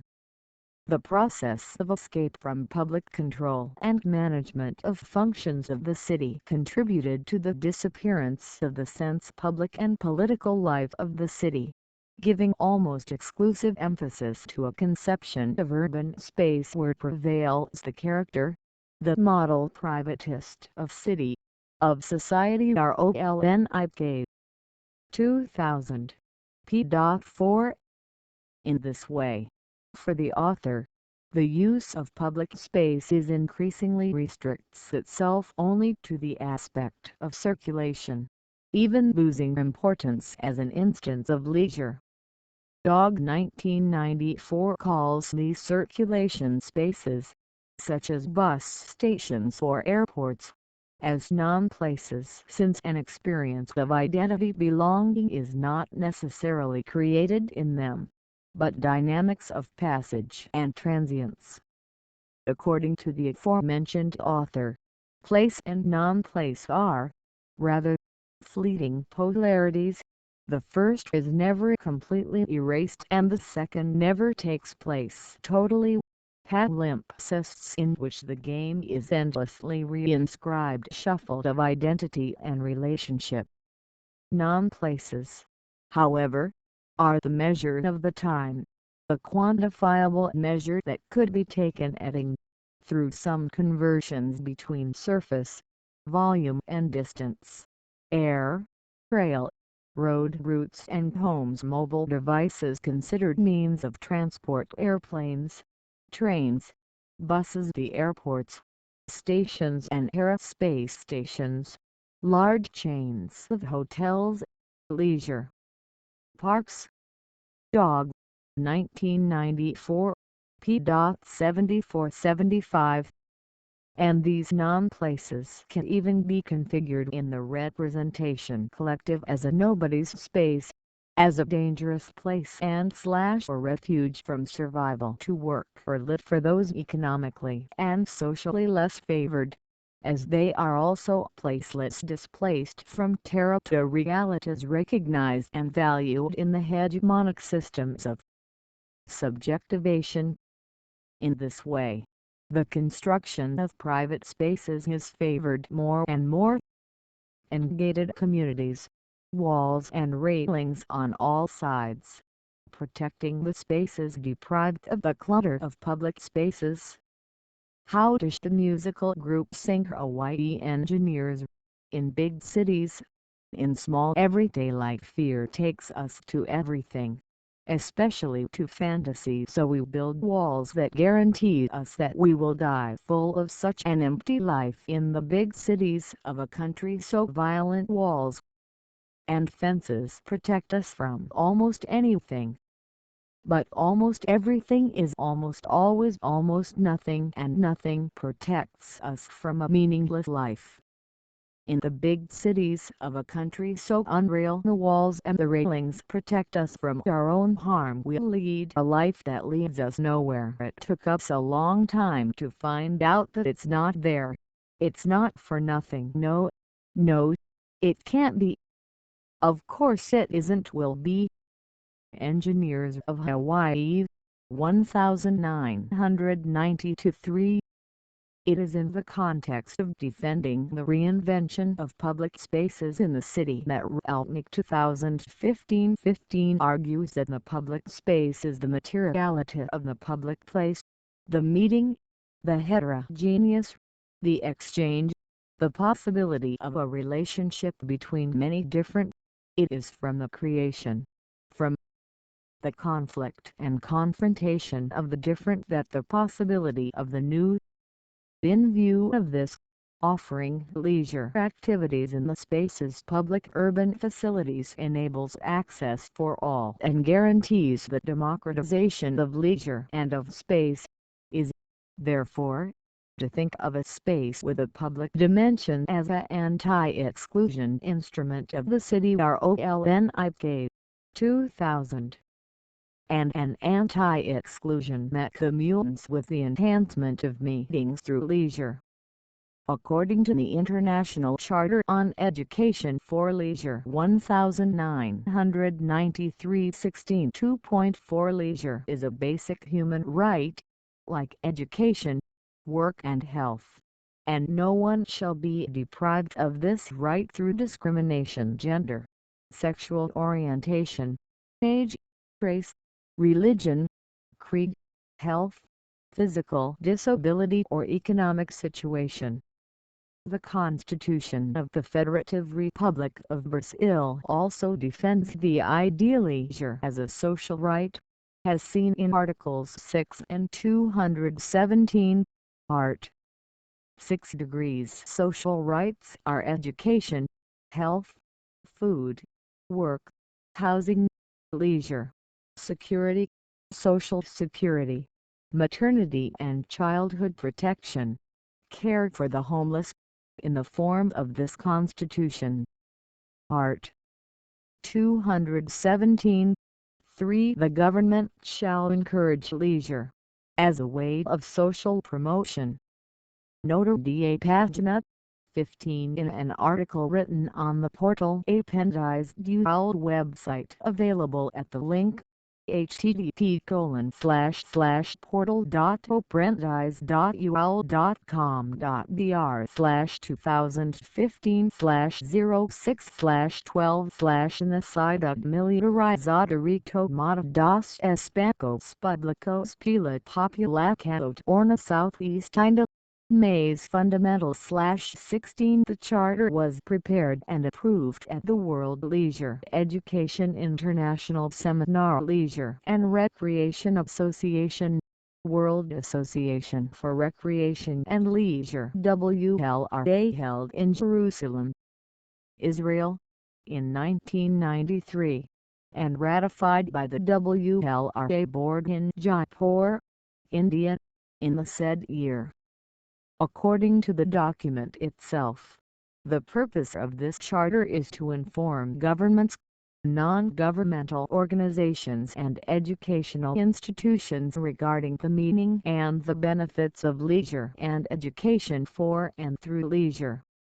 It is also to guide the agents of education, including schools, the community and institutions involved in training human resources on the principles on which policies and strategies of education for leisure. End of page. Note: but leisure, more than just a recreational activity, can become also transformed into a transforming dimension, since leisure may have a revolutionary character, as it is in leisure time, where people seek the experiencing of something for the sake of choice and satisfaction, the encounter with people or with the new and the different, which meet possibilities of questioning the values of the social structure and, including the relations between society and space. The differences create space for conflict, which can provoke doubts and reflections. Marcellino A. Pellegrin, 1996. p. 33. It is in this revolutionary sense that I believe the movement of occupation ludic gains relevance of social intervention and multiplier of possibilities of using public spaces. According to the Howes Mini Dictionary 2008, p. 536, occupy means 1. Make full, leaving no empty space. Fill. 2. Find in one place. 3. Settling in by force or without authorization. To take. 4. Make use in. To use. Employ time with something useful. 5. Spend. Consume an extension of time. 6. Be a part of. Record. And it was in the sense of make full, make use and be part of that the term occupatio helvetica arose from storms of ideas that occurred between me and Gabriel, between one meeting and another, still in the process of organizing our trip to the streets. We talked about what the dynamics of our actions and interventions in the streets, squares and parks of the city of Sao Paulo. For this, we looked for references in our own experiences as citizens of that city and also as militants in various groups. Social 17 during our life journeys. Even though the term without want in a conversation, he adapted to the purposes of the project. In the end we were getting ready to occupy a public space in the city, and invite others to use in different ways that space occupied from the use of the Kombi games collection.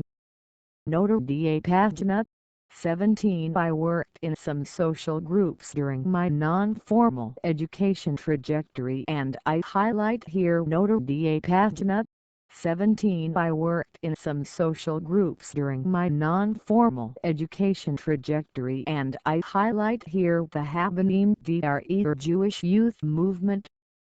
In this, I acted from the age of 11 to the age of 20, being a movement of non-formal education, with headquarters in several countries and different states. Brazilians. Habanim Dre has ideological currents linked to socialist Zionism, kibbutz and from the kibbutz movement in Israel and Shalit and state building movement of Israel. Translation of the Hebrew word, pioneer and social justice.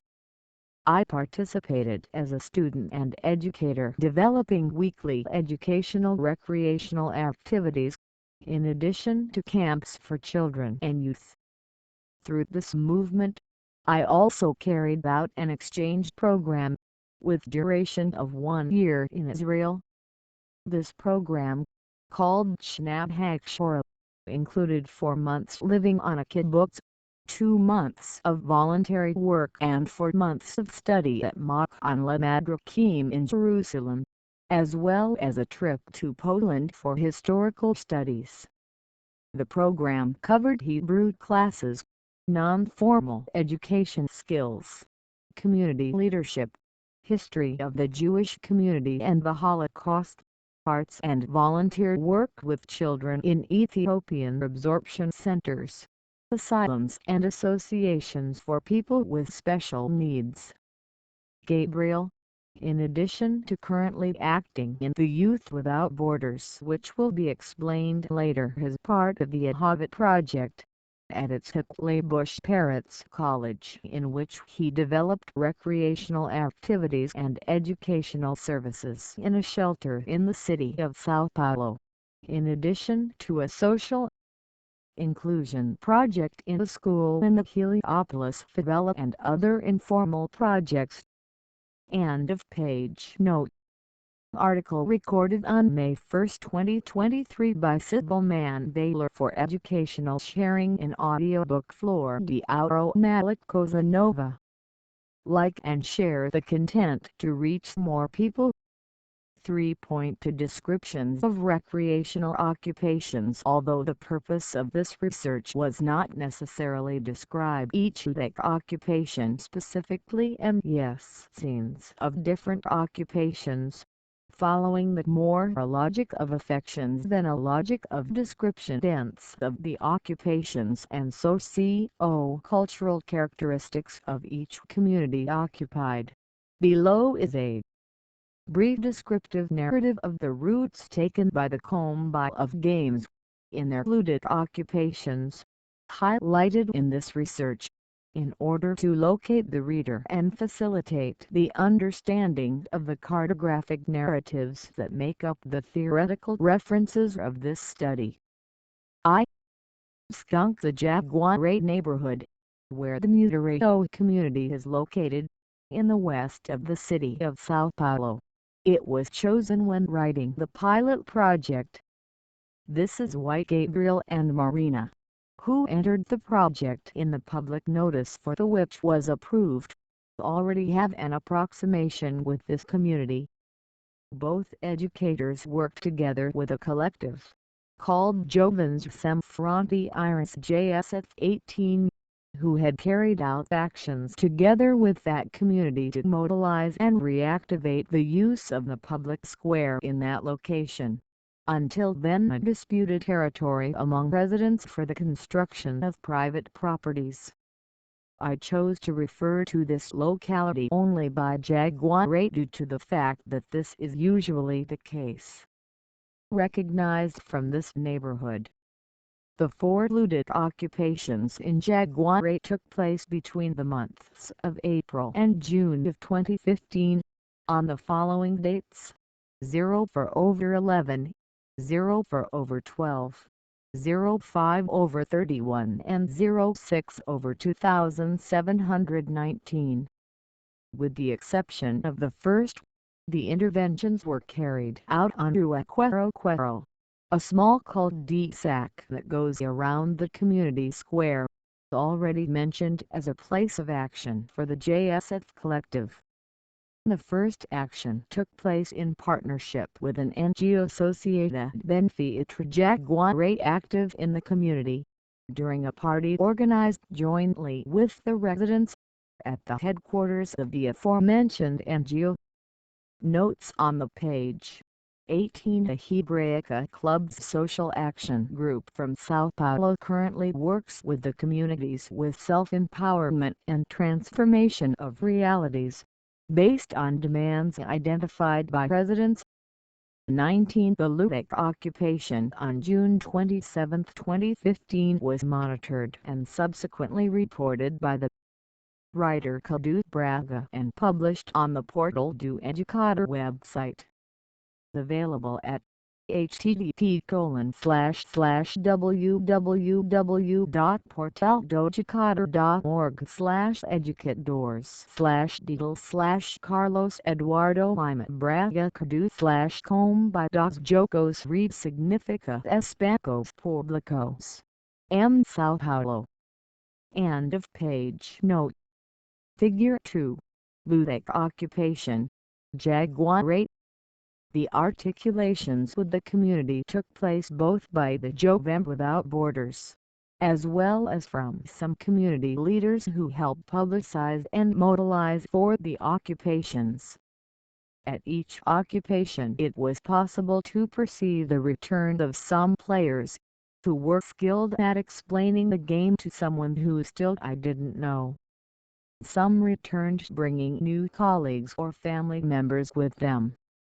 In the first occupations the children were more present. However, at each action, the number of adults willing to dive into the ludic universe grew. The fact that it was the debut of the Kombi of the games, the first occupations playful. In some of them many friends, relatives and partners were invited to honor, support us and of course, to play. This fact brought the possibility of people from different regions and social classes of all ages to interact, share moments, play and get to know each other. What maybe was not possible in this big city that separates and limits social relations. Figure 3. Location Jaguare. II. South Remote. The South Remote community is located in the Butte neighborhood, in the west zone of Sao Paulo. This community is known and recognized as Jardim São Remo, or still by Favela São Remo. It is located on land adjacent to the city. Armando Salles de Oliveira University, the main campus of the University of São Paulo USP. Jardim São Remo is a neighborhood formed by the urbanization of a favela located behind the Butte campus of the University of São Paulo. Most of its residents work at the university either as effective civil servants as employees of outsourced companies that carry out the operational services, or even in the private cafeterias that operate on campus. Since mid-1990s, the university developed several service projects for the community. Historically, there is a situation of proximity and conflict of the residents of this neighborhood, with all its needs social services, with the neighboring university, considered the largest in the country and which concentrates people from privileged social segments.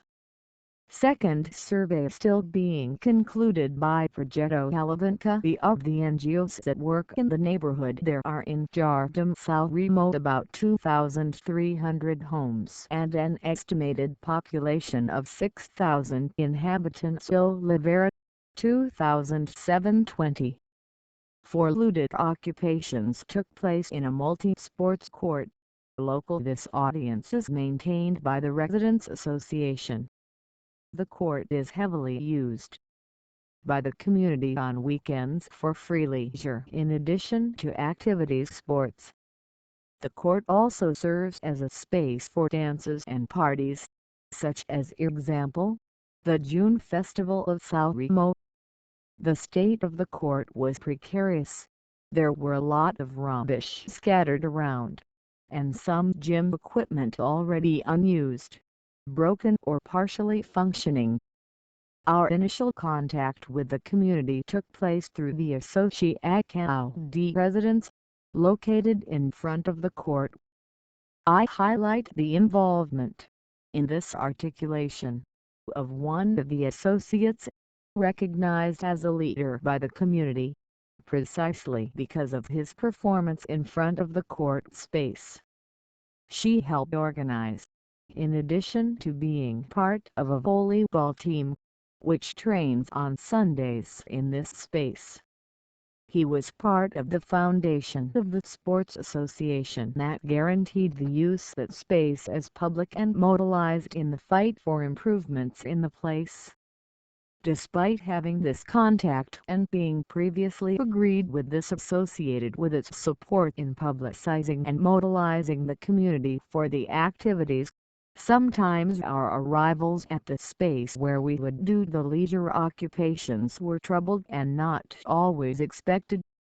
Even so, all occupations had the participation of many people, and again, you can see the return of some players. I also highlight that the participation of adults was more timid and many times they departed from our invitation. Some were just watching, sitting at the bar in front of the court, drinking beer and talking, or still in the bleachers while the children drank all the space. The occupations were part of the pilot project and were carried out in 2015, on the following dates: 06/20, 06/28, 08/16 and 08/30. III Boulevard St. John. The Festival of Collaborative Initiatives COSIDE took place on the 26th of September 2015 in the center of São Paulo, between Praça das Artes and Avenida São Paulo, João. This was the second edition of the festival, which was born from the union of several collaborative initiatives, and aims to disseminate information and share experiences resulting from different cooperative dynamics and collaborative activities, in addition to promoting the construction of this productive chain that works based on the logic of collaboration and is organized in networks. Within the universe of collaboration, COSIDE adopts three pillars as a basis for development of all proposed activities: collective financing 21, collaborative spaces and urban occupation projects. The program brought together several movements linked to the collaboration and occupation of the city, including the Kombi for the Games. The Games Kombi parked on Boulevard São João. After construction of the new Vale do Inhabá, completed in 1991, the initial stretch of the valley received the name of Boulevard São João, dedicated exclusively to the traffic of pedestrianized and with spaces for cultural and leisure activities. This region has cultural spaces such as Praça das Artes and the historic post office building. Surroundings of Boulevard São João still have many abandoned properties by public bodies or bankrupt private sectors that were occupied by movements fighting for housing. The players were many and diverse, alternating and mixing people from different origins, locations, age groups and social classes.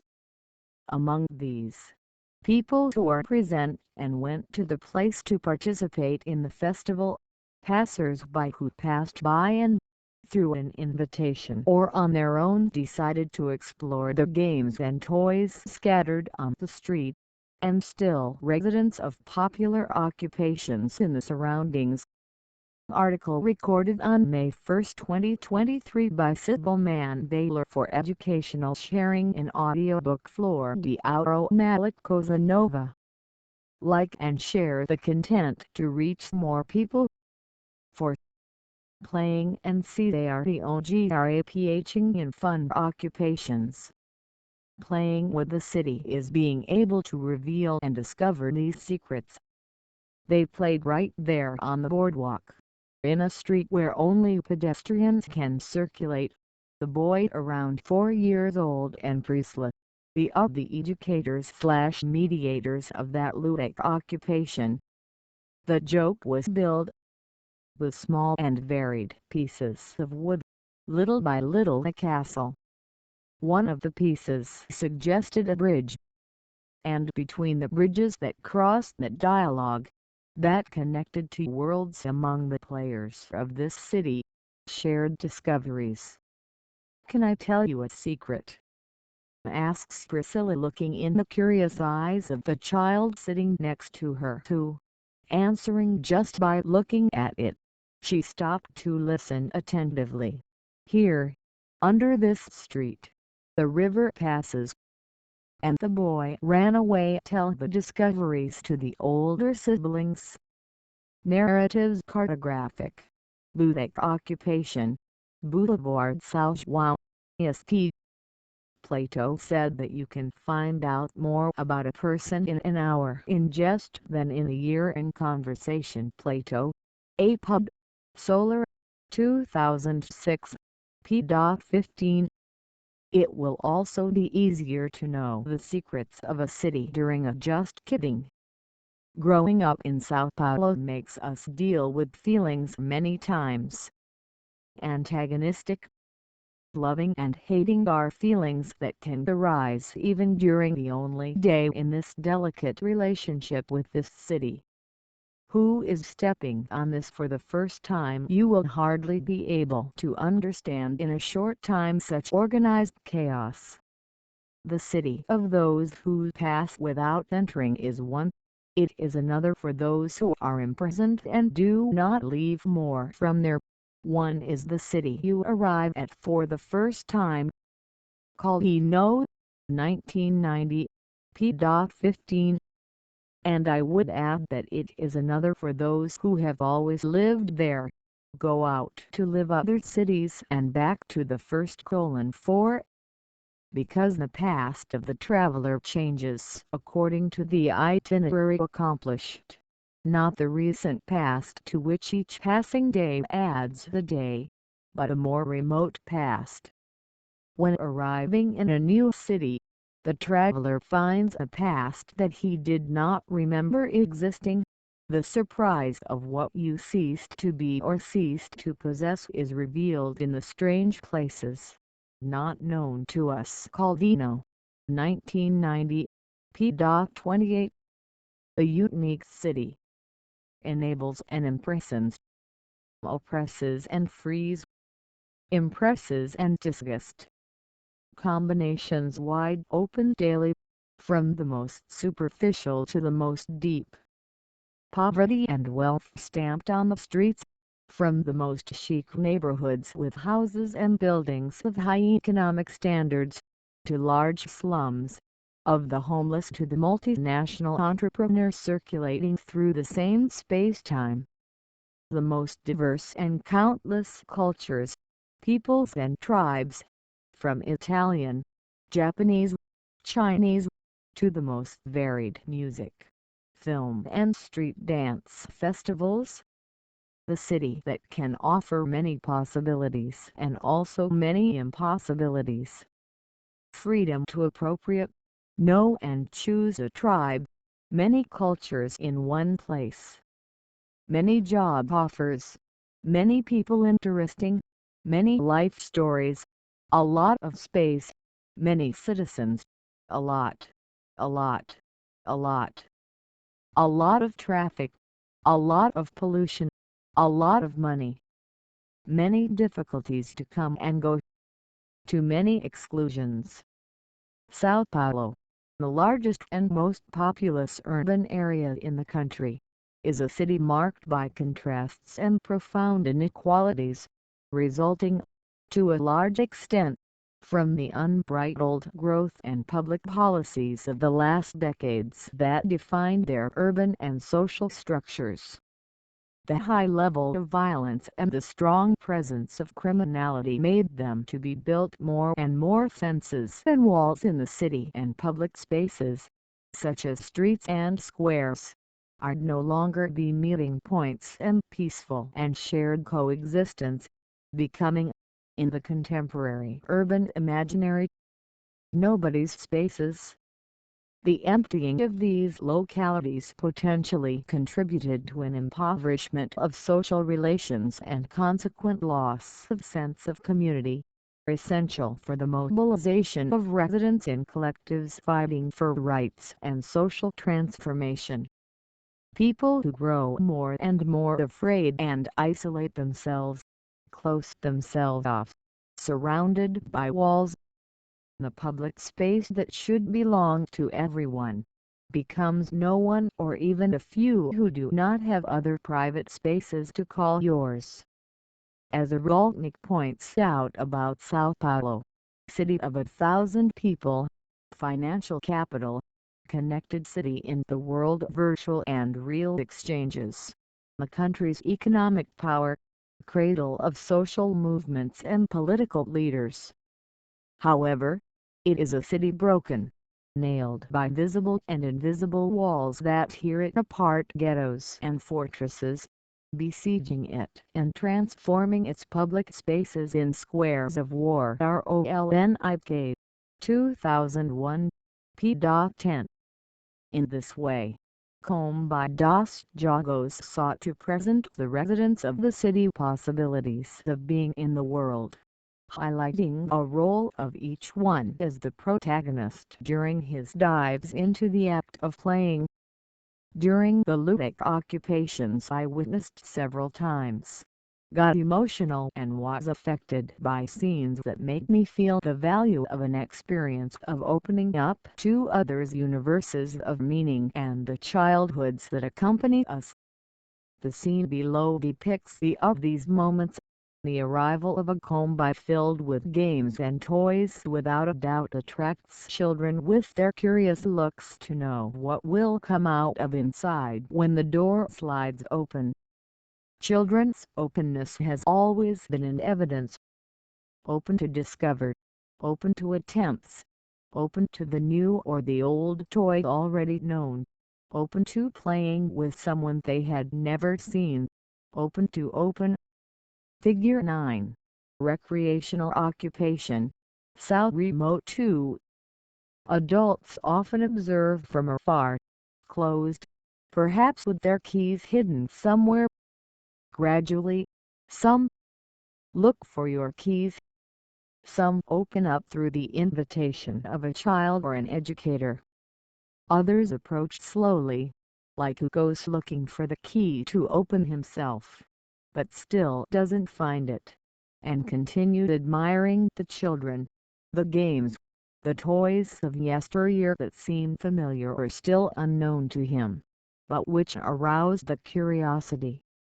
With an air of mistrust, they begin to fit the key that will open your locks. And, when the door is rushing to close, Kombi, comes the voice of the middle-aged woman who, this time, did question of getting closer.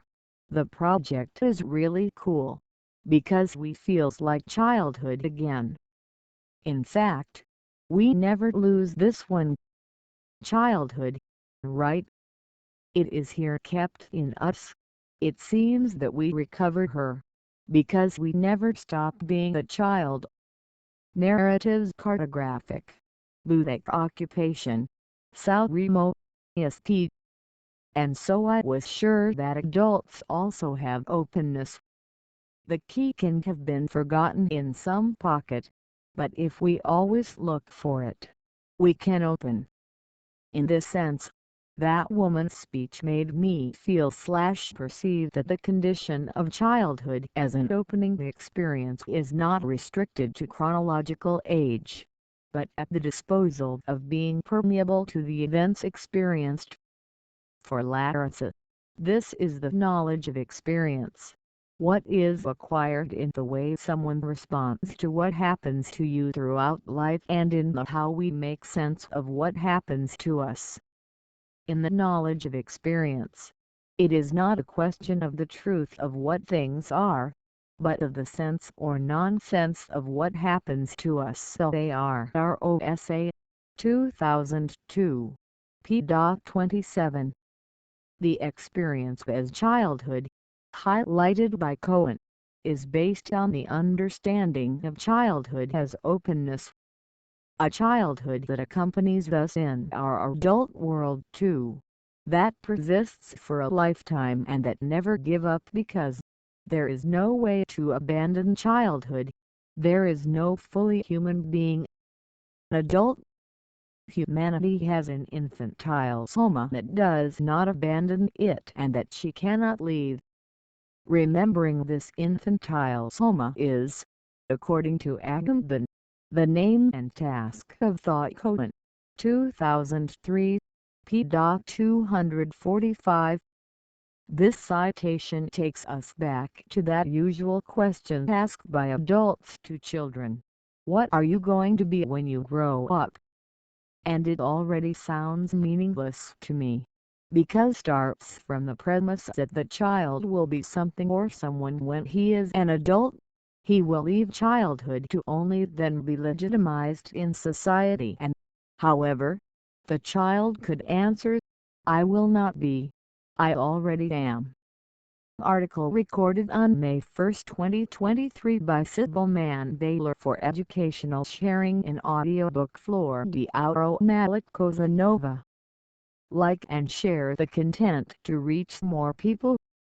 4.1 What did you stop being when you grew up? Verb to be. What will you become when you grow up? They like asking around. What is being? Is it having a body, the weight, the name? I have the three. And I'm. Do I have to change when I grow up? Use of their name, body and style. Or do we only start to be when we grow up? It's terrible. B. It hurts. It's good. It's sad. To be, pronounced so quickly, and it fits so many things. I repeat. Seer. Seer. Seer. Er. Are. What will I be when I grow up? Am I obligated to? Can I choose? It's impossible to understand. I won't be. I will grow up anyway. Without being forget. Androd, 1992, p. 573. Article recorded on May 1, 2023 by Sybil Mann-Baylor for educational sharing in Audiobook Flor De Ouro Malik Cosa Nova. Like and share the content to reach more people. During the ludic occupations, it became common to hear from some adults the phrase, I haven't played this here for a long time. I don't even know if I remember more, either when they were invited by the team of educators at Kombi of the games playing or when invited by the children themselves, who called their parents, grandparents or family/guardians to play together. A child, around 7 or 8 years old, wanted to learn to play spinning top and asked the educators for help. However, these are not new how to play. It was when the child's father approached and, noticing his son's frustrated attempts, he began, still shy, to roll up the top, but warning, I haven't played this here for a long time, that I don't even know if I remember anymore. What was observed next was lots of spins. The top spun. He spun on the ground, spun in his hand, spun around, and maneuvers began to emerge. If he still remembered or relearned there, we don't know, but the son, the educators and the mother, which hitherto he had watched from afar, and at that moment drew near, were impressed with such paternal skill. And the child, before leaving, he would ask, let me take the top home, will you? It remains to be seen, who would be playing for. Cartographic Narratives. Ludic Occupation. Jaguar 8. M.Sc. The warning given by the father before playing with the top made me wonder about the possibilities of this apparent reminder of how to twirl this toy. Could he have forgotten how to play and at that moment remembered or still remembered? This memory could be stuck in its time of child, in your past, and surface at that moment, in the present. Or better, was he able to play similarly to how he played as a child? Usually when we talk about time we tend to organize it in past, present and future. In this way, we conceive of the past as a time that once was and is no more, the future as a time to come, and the present as the time that is being. However, this time that is being is not measurable, being duration, since the present is a passing dimension. Throughout the history of Western thought, many have focused on topics such as time, The Soul and Memory. Reale 1990, based on the work of St. Augustine, explains that time implies past, present and future. But the past is no more and the future is not yet. In reality, the being of the present is a continual ceasing to be, a continual tending toward to not be. Augustine points out that, in reality, time exists in the spirit of man, because it is in the spirit of man that present both the past and the present and the future. More properly, it should be said that the times are three: the present of the past, the present of the present and the present of the future. Reale 1990, p. 454. In this way, the past turns into the present of what has passed and is stored in the memory. As for the future, it is thought based on what is in memory, but with regard to another disposition of the soul, which Augustine calls expectation. And the present is exactly the gaze of the soul. This is now plain and clear. Neither future things exist, nor things past, nor do we properly say there are three times: the past, the present and the future. There are, yes, three times: the present of things past, the present of things present, the present of future things. The three are somehow in the soul and I do not see them elsewhere. The present of things past is memory, the present of present things is the gaze, the present of future things is the expectation. Augustine chose 1999, p. 303. If time is something that escapes us, that flows, how can we then talk about something we can withhold? According to Bergson 1972, time is a succession, a continuity, a duration. Bergson proposes that duration, it is not an instant that replaces another instant. If that were the case, there would be no present. There would be no extension of the past into the present. There would be no evolution, no concrete duration. Duration is progress continuum of the past that gnaws at the future and that swells advancing. Bergson 1964, p. 44. According to Coelho 2004, p. 240, Bergson sometimes defines time as a continuity, undivided stream of heterogeneous change. Time succession is a ceaseless continuous change or flux, a transformation uninterrupted. Both in psychic life and in the physical world, there is no stability. The events are not the same, even though there was repetition, that I uttered the same words as yesterday, which solved the same problem in the same way, would be second time and not the first. And strictly speaking, I cannot say that I am the same or that the world is the same, that there are two moments identical. The change is constitutive of the real, not having, therefore, the essence that would remain unchanged, an identity abiding behind the changes. According to Bergson, it is a flow or of a passage, but of a flow and a passage that suffice by themselves. Flow not implying something that runs, and the passage does not presuppose states through which one passes.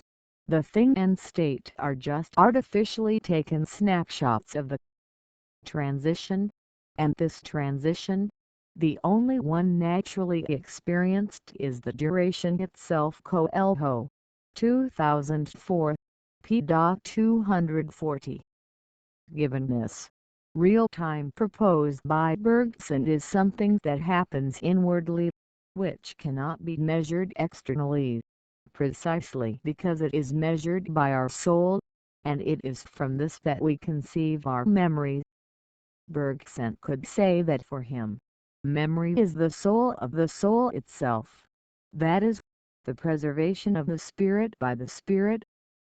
BOSI 2003 p.35. In this way, our own experience, our I is constituted as memory, and this presents itself as the instrument of conservation of the past when evoked in the present. Because, in reality, there is no perception that is not impregnated with memories. BOSI 2003 p.36.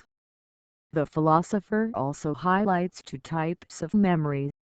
On the one hand, we have the memory acquired through repetition, motor mechanisms in our habitual behavior through the body. On the other hand, we have the memory constituted through memories, recollections and invocations of the past. In the latter, the past is alive in the unconscious, waiting to surface, to be updated at present. These two memories not infrequently come into confrontation. The pressure for action and knowledge that will be useful to us in our work and society demand a lot from us, the use of mechanical memory, and, in this way, little we have enough for the use of the memory that arises spontaneously through moments of pure imagination, creation and daydreams. Playing with the top at that moment can be put as enhancer of this active, creative memory. In those moments, in that succession of continuities, between one world and another, that being Joker from years ago, but different now, the playful being who spun the top for the first time with her son. The past surfaced not as a given mechanical, but to be resignified and reinvented in the present, and thus designed for the future. The experiences lived there, during a game, in the father and son made turns and maneuvers with their worlds, left me with the strong feeling that memory is present. Memory is soul. Article recorded on May 1, 2023 by Sybil Mann-Baylor for educational sharing in Audiobook Flor De Ouro Malik Cosa Nova. Like and share the content to reach more people. 4.2 It is by playing that one reinvents. A concrete table with a demarcated chessboard and two benches around you, in a public space, ready to be used. The uses could be many. Located next to a bar and near the sports court, having most of the time adults who sat in the chairs of that one, talking, supporting their beers on the drawing board and watching what happened from on the other side of the fence that separated them from the court.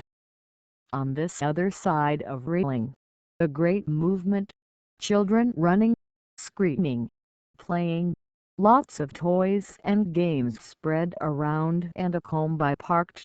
It was the LDICA occupation in the South Remo community. I cross the grid that separates the different worlds that took place there, and I invite you to a table with 4 women. Good afternoon, all is well. Sorry to interrupt prose, we're parked over there, with lots of games and toys. Would you like to play? In between questioning glances and perhaps disapproval at first moment, they don't seem to accept it. I insist. I can't bring a game and put here at the table. I'll show you, and if you think it's cool, you play. If not, I'll take it back. It might be. Still a little shy, but perhaps for the most open proposal, someone answers yes. Without hesitate, I go back to the Kombi and choose a game that I believe will arouse curiosity, as it is large and largely unknown. I put it on the table, which previously supported the beers. I explain the game, follow the first round, and leave them at ease, returning to the square. From time to time, I looked the other way of the grid and the worlds now appeared closer together. Played for some time, a few rounds, until one of them came to return the game and thanked me. Some time later, I noticed that one of the women, who previously played this first game I offered, was sitting at the table to the side, playing something else with another boy. I approached and I recognized that they play checkers. Wait! The ladies' pieces were missing since the last ludic occupation. Approach me more. They are the pieces of a game made of wood with different pieces of different sizes that we usually make available to very young children. The babies who usually play manipulate the pieces and build your inventions your way. One piece reappropriated can also be used for another game. From babies to adults, everything can be reinvented. The concrete table cannot be moved. The public space is delimited. Its uses. Cartographic narratives. Ludic occupation. Sao Remo. M.Sc. I am rarely surprised by the uses and different ways of play and play with the material. One of these moments occurred while we were assembling our collections, games and equipment, when I looked back to find some kids around a game named Himalaya, which was incomplete as it lacked a marble to play with. However, to my surprise, they were already playing it. Figure 12. Himalaya Zoom. They improvised the missing marble with a bottle cap. Plastic bottle. The rubbish that was on the floor now was the piece that needed to play. This was just one of the many times I was surprised by the new uses given to games and toys. One hula hoop quickly rolled down the street and children ran to pass inside. The wood that came from the garbage was transformed years ago in game. The rubbish on the street floor was now turned into a piece. You manufacturers. The pranksters. I watched, played and everyone reinvented cartographic narratives. Ludic occupations. M.Sc. Figure 13. The tricks of the practitioners. The uses and practices developed in the daily activities of ludic occupations show us these arts of doing and to understand them. The strategies and tactics conceptualized by CERTAU come into play. According to the aforementioned author, I call strategy the calculation or manipulation of the relations of forces that become possible from the moment that a subject of want and power accompany an army, the city, a scientific institution can be isolated. The strategy postulates a place susceptible of being circumscribed as something of its own and being the basis from which relations with an exteriority of targets or threats, customers or competitors, enemies, the field in around the city, the objectives and objects of the research, etc. CERTAU 1994 p.99. Therefore, strategies are actions that demand a place of their own and are constituted by the postulate of a power. They compose a victory of the place over time and establish an autonomous place, established from the expansion of the observer's views. In this way, it intends to control and foresee the circumstances, where the division of space allows the panoptic practice from a place from which the view transforms foreign forces into objects that can observe and measure, control and therefore include in their vision. CERTAU 1994 p.100. On the other hand, tactics get out of control. They are random moves against the predetermined rules. I call by tactics the calculated action that is determined by the absence of one. So no delimitation from the outside provides the condition of autonomy. Tactics have no place other than that of others. And that's why he must play with the terrain that is imposed on him as organizes it the law of a strange force. Cartau 1994 p. 100. Surprising myself with the different uses of games and toys in Occupaces Helveticas highlights these tactics, since the surprise appears precisely in the unforeseen uses to which games have been manipulated, used and played. Many of the games, even if they were manufactured with expectations of being used according to pre-established rules, are in a fine line between strategies and tactics. The world games, for example, in large unknown to the subjects present in ludic occupations, bring that surprise aspect with them and cause curiosity because they are big and colorful, questioning how do you play, and encourage improvisation in the way to use them. Added to this is the cunning of practitioners, and it is in this movement that the tactics. The tactic operates blow by blow, move by move. Enjoy the occasions and depends on them, with no basis to store benefits, increase ownership and predict exits. What she gains canned. This non-place undoubtedly allows mobility, but indocility to the hazards of time, to capture in flight the possibilities offered for a moment. You have to use, vigilantly, the flaws that particular conjunctures open up in the surveillance of the proprietary power. There you go hunting. Create surprises there. Can be where nobody waits. It is cunning. Cartau 1994 p. 100. It is in this logic that many subjects participating in ludic occupations went through moments of recreation and reinvention when proposing, on the occasion of for a moment, other ways of playing and relating to the games, the space public and with each other.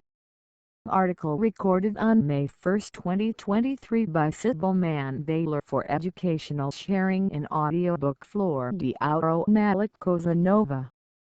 Like and share the content to reach more people. 4.3 Creative Leisure. The Art of Living. It is not from work that civilization is born. It is born out of free time and play. Koyre. M.Sc. 2000. p. 7. Verticalized city. Lots of cars and heavy traffic. Attention to traffic lights. Green go. Red stop. Cautious pedestrians at all times. Follow the guidelines for surviving in a mostly planned city with large roads and avenues for automobiles. Walk on the sidewalk, in the space that suits you, even if squeezed. Do not exceed your turn and your space. For your safety, pedestrian, look ahead, both ways before crossing hand to the ground, checking for holes or steps. Run. No way. And can you play?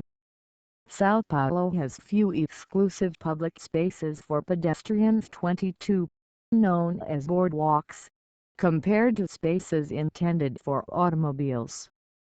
Avenida São João, located in the center, is sung in the lyrics of famous songs, being one of the most emblematic avenues in Sao Paulo and also being where the Boulevard São João is located. Nota da Página 22. It is worth highlighting the creation of the Open Streets program in 2016 by the Mayor of São Paulo Fernando Haddad, who decreed the opening of dozens of streets for the leisure of the population and closure for car traffic on certain days and times. This included one of the most important and emblematic avenues in São Paulo, Avenida Paulista, which now keeps it open to pedestrians on Sundays, when it is full of people strolling, playing, practicing sports and hobbies such as running, skating, rollerblading, bicycles among others. End of page note. Excerpt from the song Sampa by Caetano Veloso. Something happens in my heart that only when you cross Ipiranga and São João Avenue. It's just that when I got here I didn't understand anything from the hard concrete poetry of your corners, from the discreet inelegance of your girls.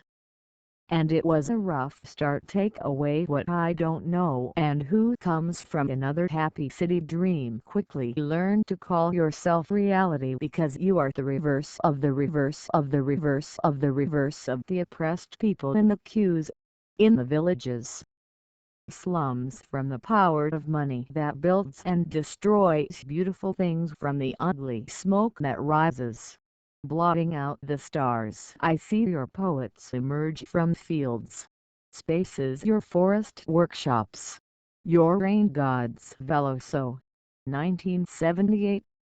The boulevard also has several buildings with architecture historic areas, many of which occupied by movements fighting for housing.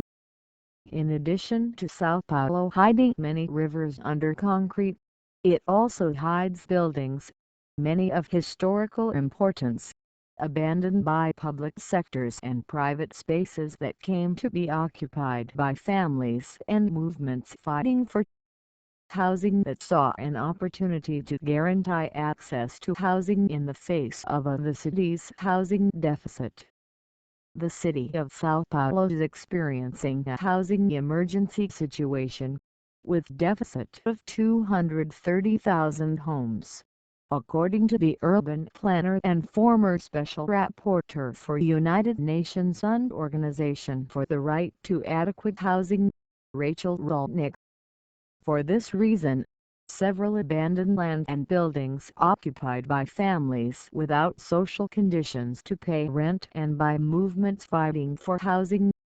Movements that fight for urban housing, such as, for example, Homeless Workers Movement M.Sc, from the Housing Struggle Front FLM, and the Movimento Sem Teto do Centro M.Sc, make use of these occupations as an instrument of struggle capable of reframing the use of these real estate compared to the proposal of the real estate market. According to Rolnick 2015 in an interview given to the Brasil de Fato website, we live in the cycle of economic expansion in the city, which had increase in income and huge increase in the availability of credit for the acquisition of real estate. The reflection was the rise in prices, far above the increase in people's income. This means that land and real estate captured an important part of the wealth that were produced in the city. Available at the link https://www.brasildefato.com.br/node/32867/ In this way, when living in a large urban center, with all the implications that a big city generates, such as the high prices of real estate speculation, locomotion difficulties, etc., guarantee housing goes far beyond a physical structure. It is also an entrance to the request for other social rights, such as education, health and leisure. In this context, when the Kombi of the Games opened its doors on Boulevard São João, was able to provide those who passed by, and also the residents of these occupations of the surroundings, the day to play freely in this space reserved for pedestrians. During the ludic occupation at the Corsair Festival, in a street allowed only to pedestrians, on Boulevard São João, the flow of jokers was great.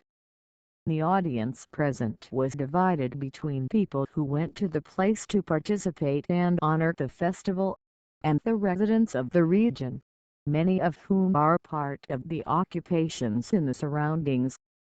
Some of the residents had the opportunity to go downstairs to play at the door of the house.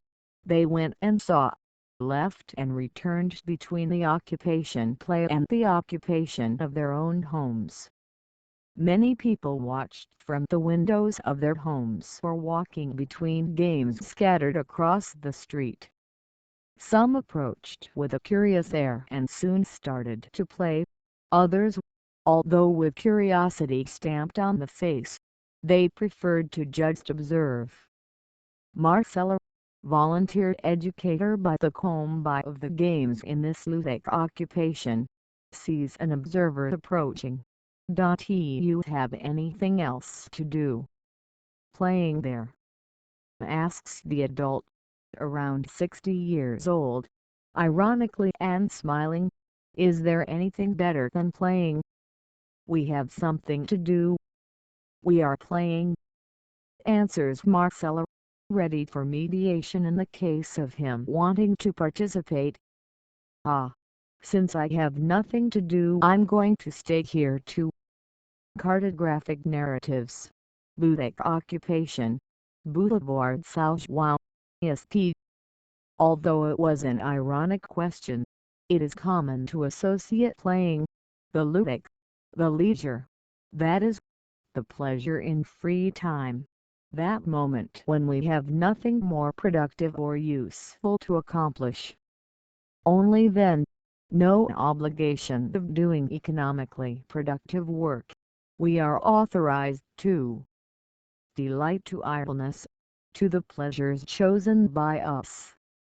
Flor De Ouro 2000. While leisure is associated negatively as a sin, work is associated with glory, as something that goes beyond an obligation and that is ethically and socially necessary. Of this way, only those who work and produce for themselves or for society are worthy of rewards such as idleness, for example. However, for the Greeks, idleness was seen as something allowed only to first-class citizens, while work, understood as a physics, it was a task for slaves who were destined to sweat. In summary, leisure can be very good, but only if we put it according to the sense of the word. For the Greeks, for example, had a strictly physical connotation. Work was anything that made you sweat, with the exception of sport. To work, he sweated. He was either a slave or a second-class citizen. At non-physical activities, politics, study, poetry, philosophy were idle, that is, mental expressions, worthy only of citizens first-class. M.Sc. 2000. p. 1415.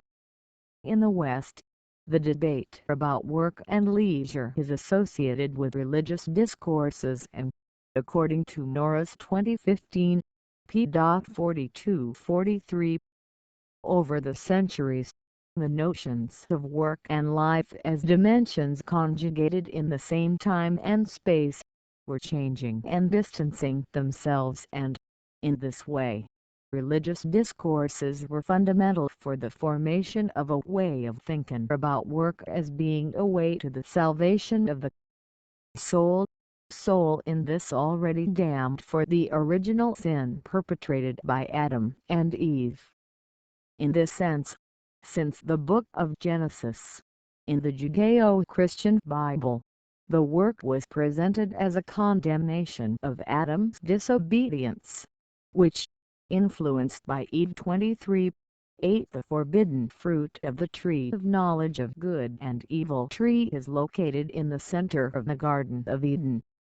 Being for this reason expelled, together with his companion, from paradise. Faced with the sin committed to Adam, God announced, "Cursed is the ground because of you. In toil thou shalt eat of it every day of your life. In the sweat of your face you will eat your bread, until you return to the ground, because out of it you were taken. Bible, 1966, GN 3.17. When Adam and Eve lived in paradise, they didn't need work, for the land was fruitful with food in abundance. But when expelled, work was one of the punishments they suffered. The earth became thorny and the condition to bear fruit again it became hard work. Therefore, the work was assumed as a means for human beings to regenerate from their sins, in the same movement in which it became the tool of production of the condition human. Such the religious discourse reinforces, therefore, the conception that the work is something both painful and redemptive. So, since your expulsion from paradise, human beings began to vehemently desire he return. This ambition to return to the lost Eden demonstrates the opportunity for tiredness and work to be suspended and the eternal peace and quiet. That final peace would represent idleness so disgusted in life, as it could only be experienced in paradise as prize of a lifetime of hard work, resignation and obedience.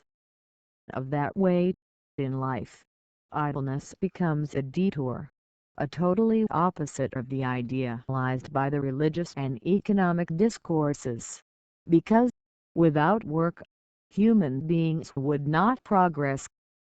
Page note: the Christian interpretation of Eve and Adam. 23. Eve was convinced by the serpent to eat the forbidden fruit and then convinced Adam. For this disobedience, God punished Eve with labor pains. End of page note.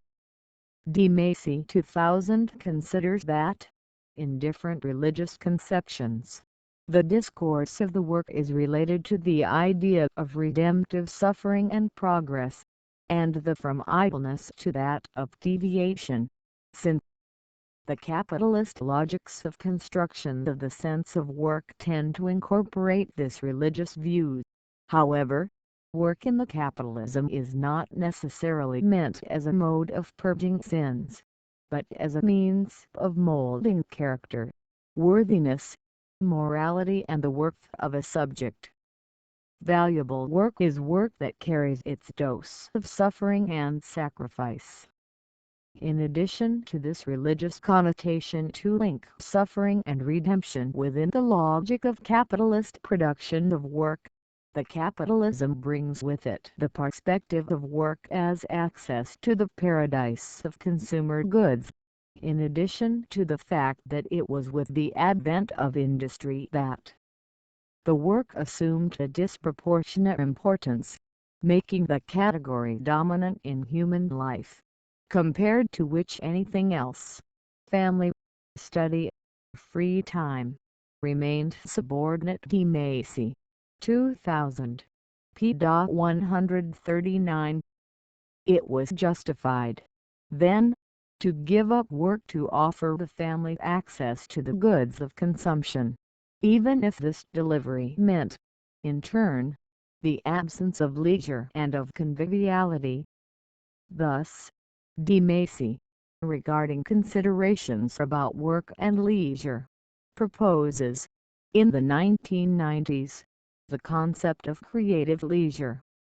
To the aforementioned author, creative leisure is that mental work that happens even when we are physically still, or even when we sleep at night. Lounging does not mean not thinking. It means not thinking rules mandatory, not being harassed by the timer, not obeying the pathways of rationality and all those things that Ford and Taylor they had invented to gauge executive work and make it efficient. Creative leisure obeys completely different rules, but it's the ideation food. It is a raw material that the brain uses, just as the machine used raw materials such as steel and coal, transforming them into durable goods. The brain needs idleness to produce ideas. M.Sc. 2000. p. 234. Creative leisure means working, having fun and learning. Yet living the leisure is an art and not everyone is an artist. M.Sc. 2000. p. 208. And according to with the author, he who is the master of the art of living makes little distinction between his work and your free time, between your mind and your body, between its education and its recreation, between its love and its religion. Distinguish one thing from another with difficulty. Simply crave excellence in whatever you do, leaving the task to others deciding whether to work or play. He believes he is always to do both things at the same time. M.Sc. 2000. p. 179. The master in the art of living walks feeling good and, despite the setbacks, walks knowing that he does what he likes, just like in the song Felizardo sung by Bandimiram 2007. Today I woke up feeling so fine, so fine, so fine, so fine. Could also my life is so good.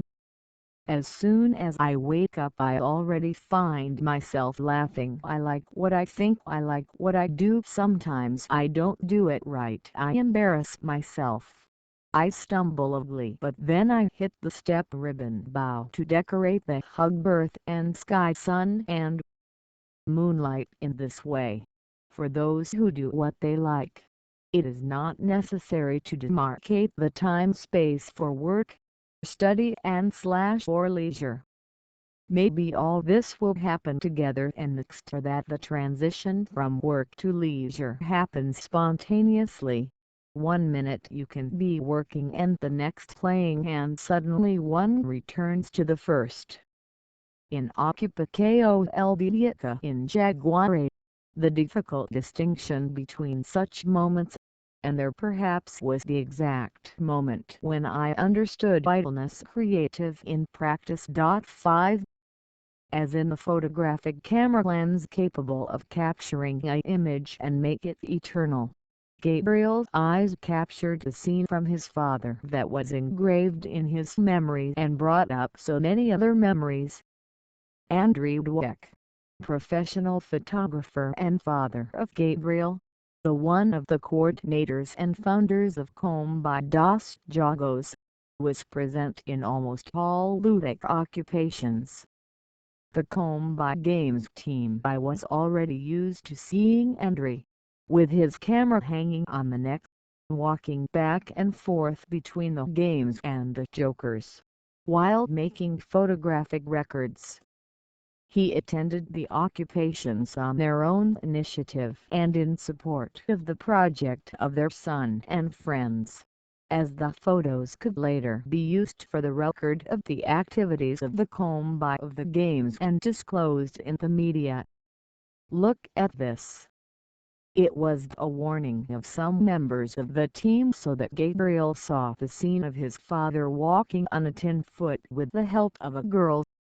If some of us had already stayed perplexed, for the son the surprise was even greater. My father with that 10-foot. My 60-year-old father. Camera around his neck. And I hadn't seen him play any games, and then a child helping him with a 10-foot. And I never thought telling him to play, calling, inviting. He stayed there photographing all day, because I know that's what he likes, so I didn't even think about inviting him, and he didn't even have to, right? Suddenly there was him, the girl and the 10-foot. And it's something we used to do.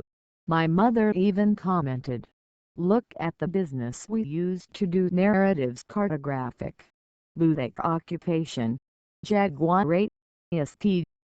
Andrew, 60 years old, observed the entire Occupatio Helvetica through the lens of his camera, but he's been working the whole time.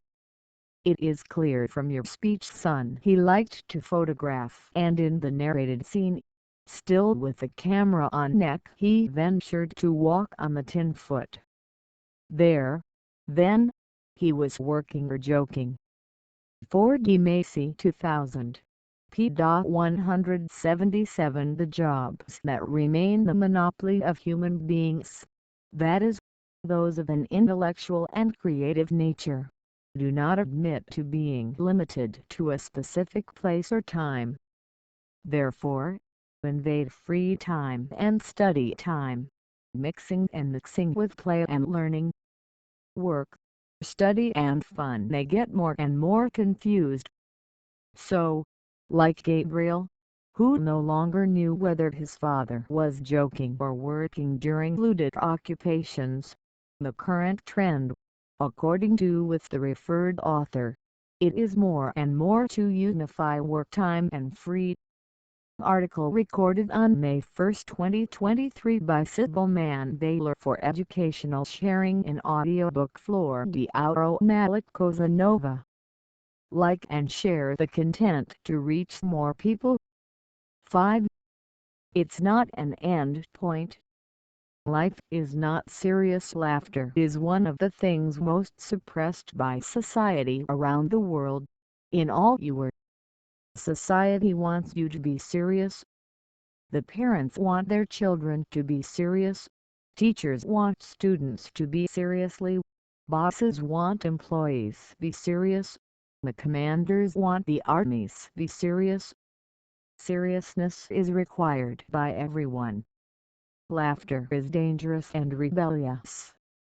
When the teacher is teaching you something and you start laughing, this will be taken as an insult. Your parents are talking to you and you start laughing, it will be taken as an insult. Seriousness is synonymous with honor, respect. Naturally, laughter has been so repressed that even though life is hilarious, no one laughs. If your laughter is freed from your chains, from your captivity, you will stay surprised. At every step you take, there's anything hilarious to happen. Life is not serious. Only cemeteries are serious. Death is serious. Life is life. Life is laughter. Life is dancing. Yeah, song.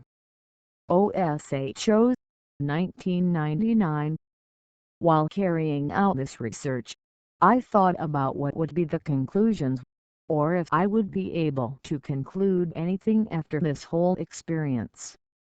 Thus relational processes that I followed, it became increasingly clear that mapping is not to understand the source of truth, but to follow different practices that produce truths. Many were the truths produced by the various narratives of the players that permeate this writing, and I was affected and could experience, experiment and play in different contexts, spaces and with people from the most different characteristics and histories. I understand, at this point, that all this process, which is now part of who I continually become, was reconstructed and re-signified the moment I decide to tell it, and the experience involves the work of elaboration of the experience whose meaning is complete when communicated. Transmitted Schmidt, 1990, p. 36. Consider the author that research is often the elaboration of diverse elements and diffuse aspects of theory and experience, an elaboration built around a phenomenon. In this sense, a completed research is the report of the path of a researcher or a group. Schmidt, 1990, p. 59.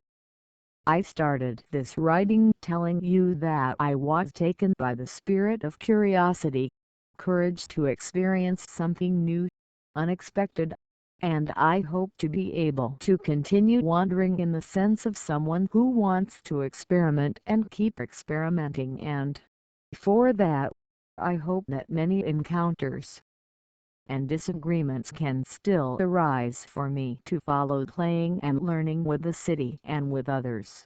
After all, I only exist in relationship with the other.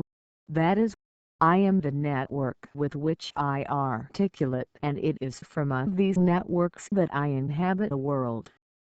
I do not intend to conclude, because just as in cartography, when make use of the concept of rhizome, which does not initiate or conclude, but which is always there in the middle, I don't think of myself as having to get somewhere, because, where are you going? Where do you come from? Where do you want to go? They are useless questions. To seek a beginning, or a foundation, imply a false conception of travel and movement. Delguze, Guavatari, 1995, p. 37. From the reflections I was able to make during this endless walk through the universe of play, which began a few years ago and more recently in the ludic occupations, the ones that are most evident occurred during these playful encounters between the acting subjects and the spaces practiced in. Playing, bearing in mind that people of different ages and generations could, even for fleeting moments, produce other rhythms of the world, create ties and bonds effective in the movement of just playing. Realizing, on the other hand, that this only can be comprehensive due to its apparent insignificance facing the rationalization of a concrete city like Sao Paulo, and which, in the however, he expressed it to be something very valuable. The documentary White Stripes, The Missing Revolution Rodent, 2014 portrays, for example, how valuable playing is. From testimonials about the topic, images about popular culture, scenes of games and music, sound of varied artistic and musical expressions in Brazil, the film touches us and causes reflections on the place that playing occupies in the production of our lives. The pedagogue Maria Amelia Prera, in one of the statements in the aforementioned film, says what playing is using the entire thread of each being. When you are using your whole thread of life, are you kidding? Only when you go whole to do something, the result is true. Take on the experimentation and play as constant practices in our lives, and a role of protagonists of the re-enchantment of the world is of a courage that it requires a lot of simplicity and a child's heart. The joy and the effective perceptions of life are only possible when we play. Playing is showing the world that you are whole. Rodent, 2014. And following the example of the aforementioned documentary, I defended in this work the idea that playing is constitutive of being human, and when you lose the ability to play runs the risk of also losing the connection with something that is of the order of potency of joy and laughter. Such reflections remind me of a scene from the occupation ludic on Boulevard São João. Two girls holding lots of balloons in their hands approached the games and toys that were scattered around the street. Still half shy or not knowing how they should go about participating, only watched other people playing and playing. They walked with their balloons between the tables and the parked Kombi. Slowly started playing in the games, as if indicating that they would like to participate, and Kombi educators inviting them to they could play with everything lying around. They looked at the balloons and went back to watching the games. The youngest soon asked one of the educators, "Would you hold it for me?" While the oldest quickly began to waddle with such dexterity, holding the balloons and twirling the hula hoop. After some time, and from different educators hold the balloons so they could play, it was clear seeing them talking, that they would like to stay there, maybe spend the afternoon playing in the street, in the city that is also theirs, but who were in conflict with this desire, as they should follow selling the balloons for other children to play with, the real reason for move around that space. And they come to the conclusion that nobody there would buy. The children passing by would already have other opportunities to play, and they, despite having the same opportunity, they would not have it, and so they went on their way to continue selling. Cartographic Narratives, ludic occupation, Boulevard South M.Sc. The above scene took place during the course of a festival, as stated previously, which brought together several cooperative and collaborative initiatives which offered several free workshops and activities in the public space. However, such a report makes me believe that, despite being announced by different voices that playing is everyone's right and the city is for everyone, isn't that what really takes place in a large urban center marked by wide social inequalities, and that, despite initiatives such as this festival, there are still much to be done so that these two maxims can in fact happen in the everyday life in big cities. Thus, like the journey of the girls presented above, this journey sustained by the dichotomous tension between playing and working, I tried to bring this work also problematizes how people who live immersed in contemporary accelerations, especially those residing in large metropolises, tend to leave their playful beings. Aside to being able to run financial machines, ritual repetition machines, and many machines of sadness and empty seriousness, thinking about a city for everyone includes the idea of a place that welcomes, even with all its nuances and divergences, which can converge in a space for living, working and leisure, that welcomes the most modern buildings and factories and still have space for squares, parks and streets, to sit or play and enjoy the city. Although at times turbulent, at times silent, that the relations that machine the city embrace the desires and the right of history and memory of citizens, their right to come and go and to maintain effective relationships as a constant part of your daily life. That said, it is useless to determine whether Zenobia should be ranked among the happy or unhappy cities.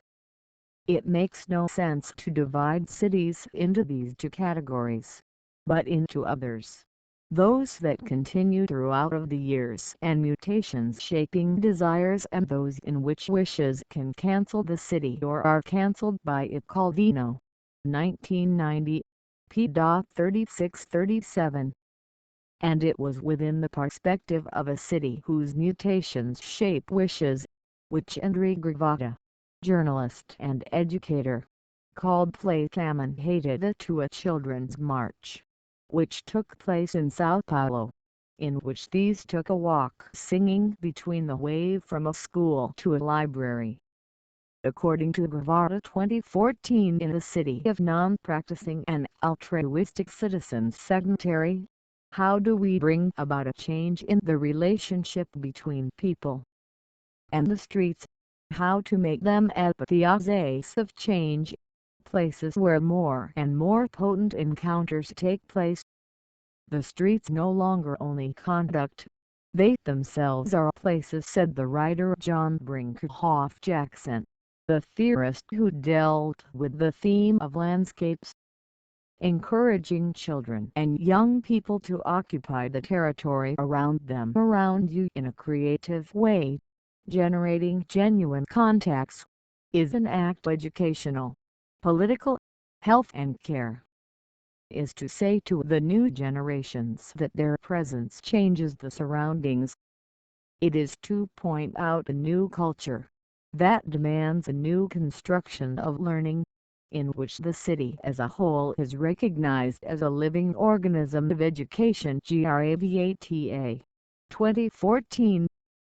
I believe that ludic occupations, such as playing commentated by Gravata, brought with them this opportunity to provoke the encounters that change the instituted meanings of the spaces, building the opportunity for other ways of living and using the city.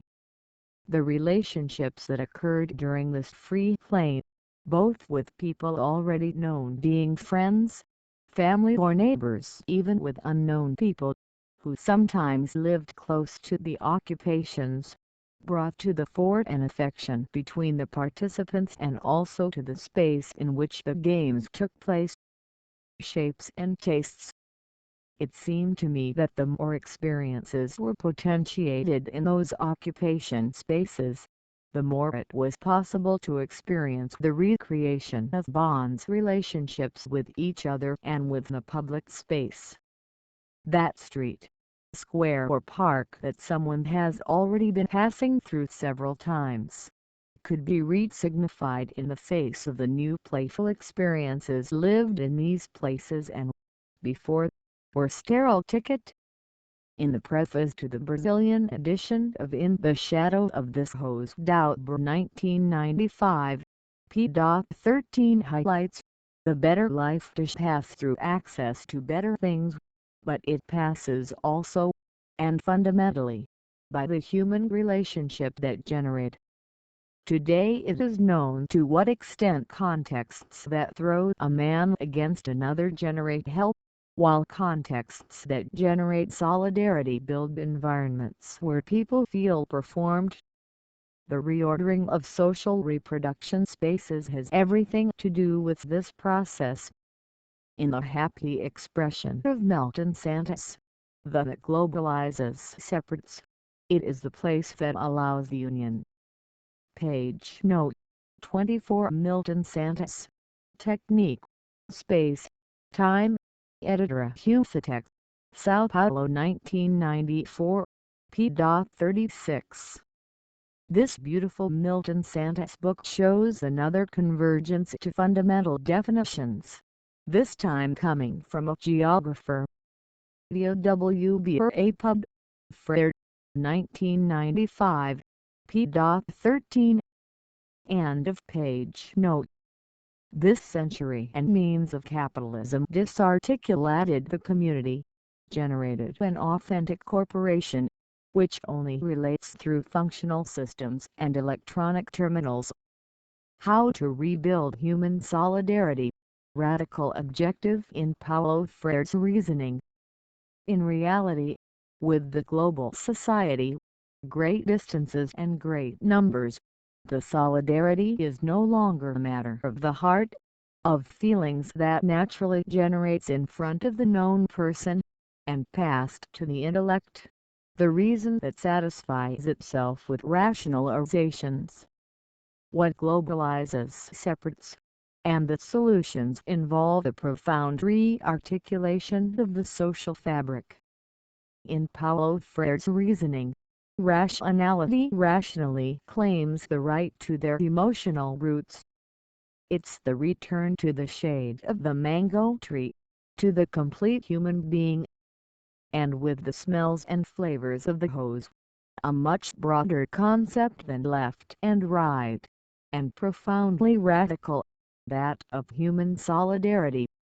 The heart of D'Auber's question is precisely how to activate this human being that will enhance solidarity, and this brings me back to the fact that we are playful beings, because playing only happens in the construction of another flexibility, of a new dance of worlds connecting.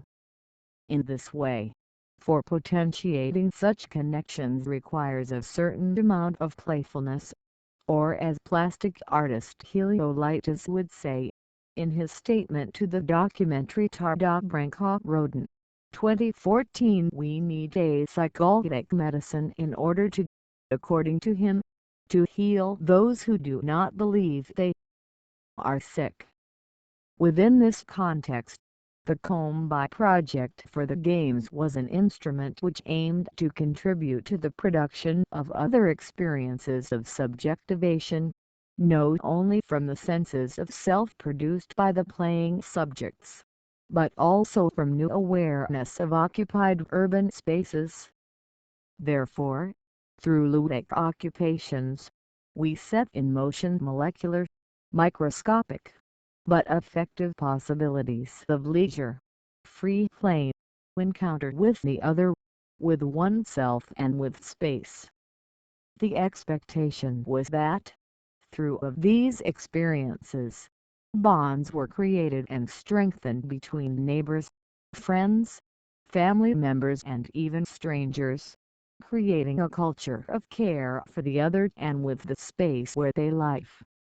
Whether the expectation of these actions were met or not is something that is up to us. Uncertain. If I carry, however, one certainty, this refers to the fact that initiatives like this are necessary.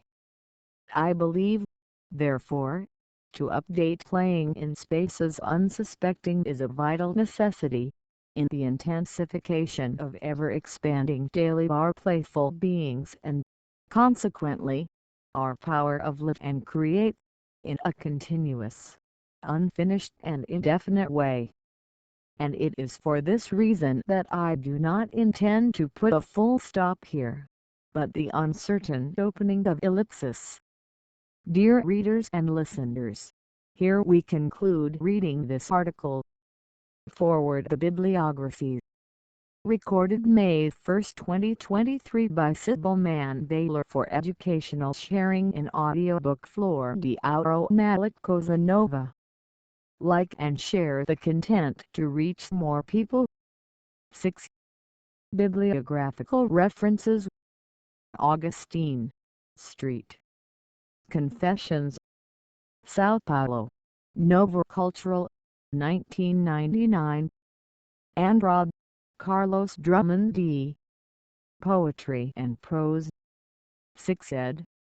Rio de Janeiro. Ed. Newiller, 1992. Dog, Mark. Non-Places.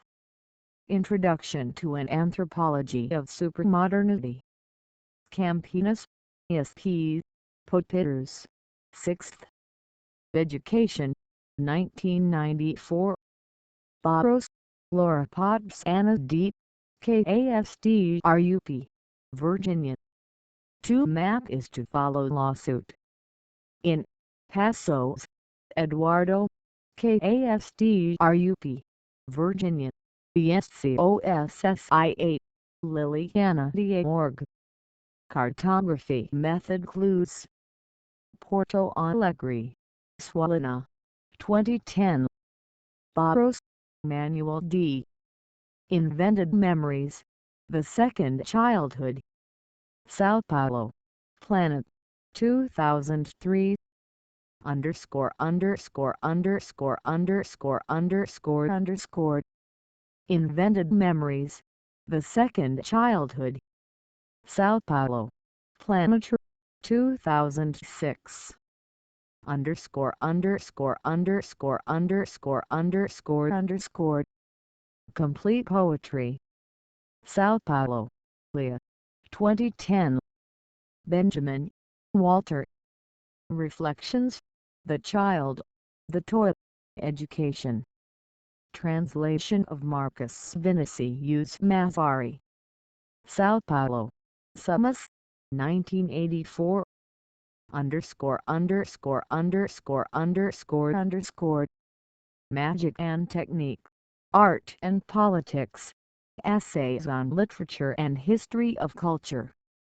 Sao Paulo, Brasiliense, 1985. Underscore underscore underscore underscore underscore. Proust's Image. In Benjamin, Walter. Selected Works. Sao Paulo, Brasiliense, 1986.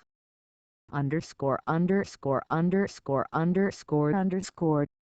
The Narrator. Considerations on the work of Nikolai Leskov. In Benjamin, Walter. Magic and Technique. Political Art.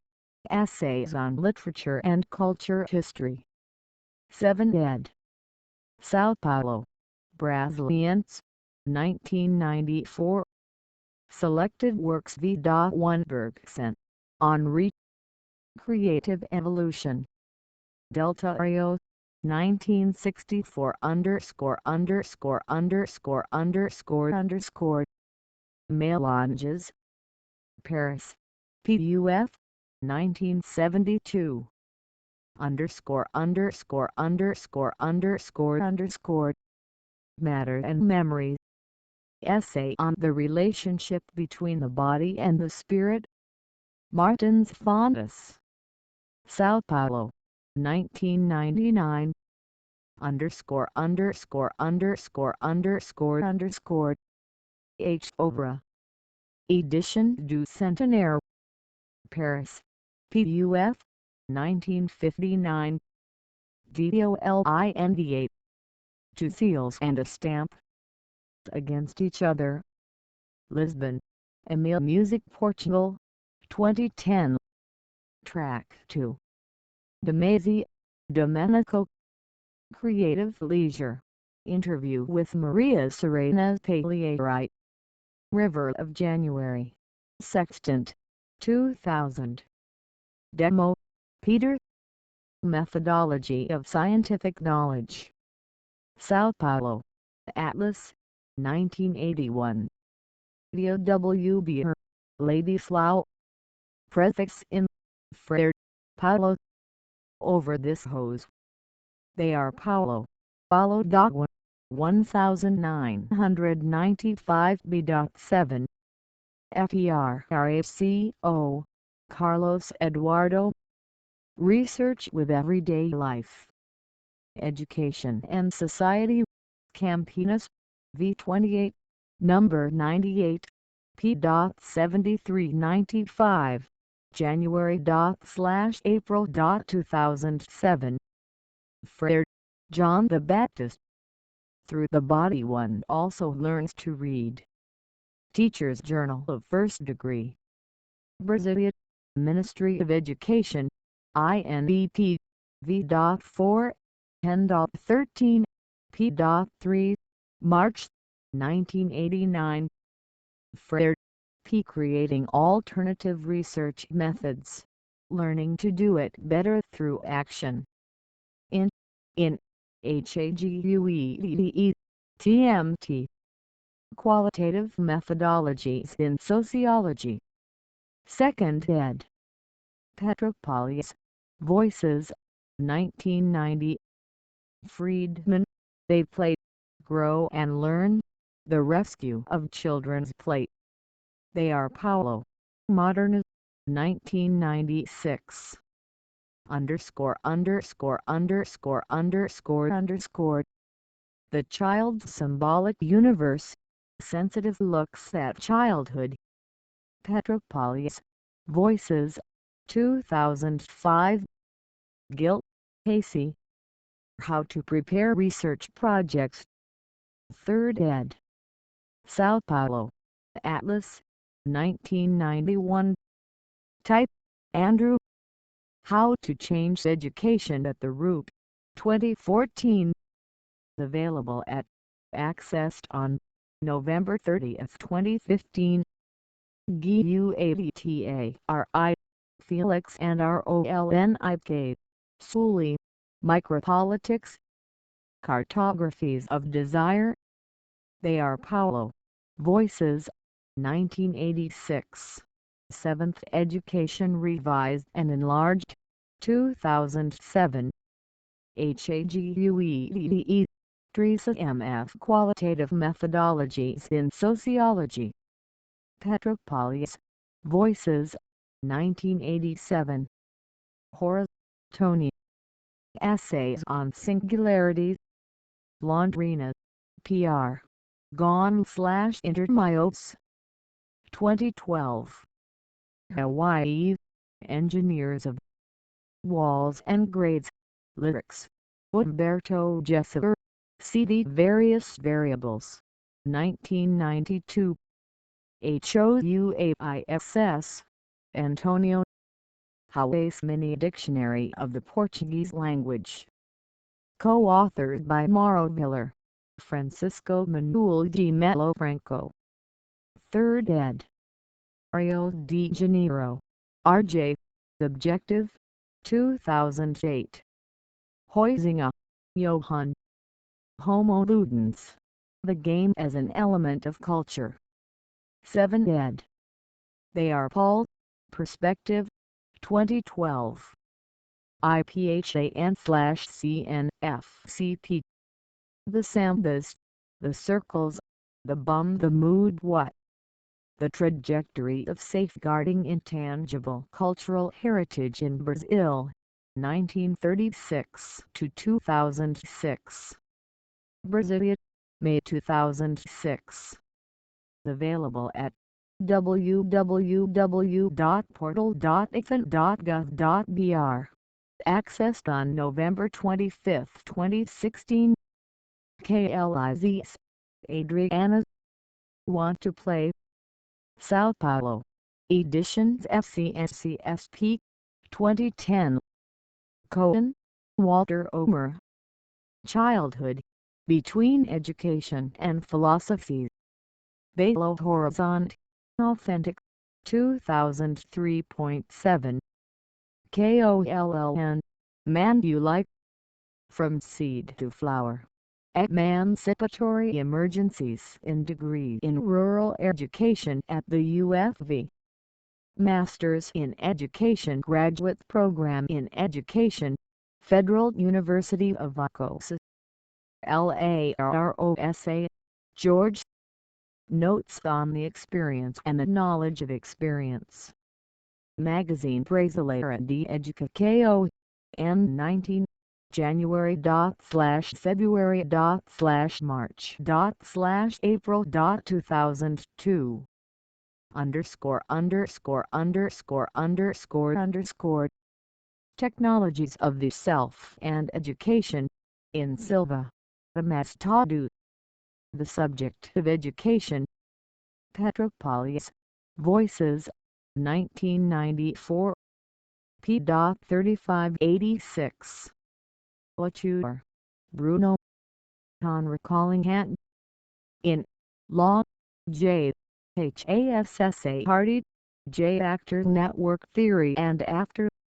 Oxford, Blackwell Publishers, 1999. p.1525. LIFSPEC Clarice. The Discovery of the World. Chronicles. Rio de Janeiro, Francisco Alves, 1992. Lopes, A. Photographs. The Plastic Arts in the Context of Special Schools. In Kramer, S. Lightus, M.I. Org. Childhood and Cultural Production. Campinas, Papyrus, 1998. LUCKSI, CC. The Ludic in Educational Practice. Educational Technology. River of January. Volume 22. p.119-120. July./October, 1994. The Maurana. Roberto.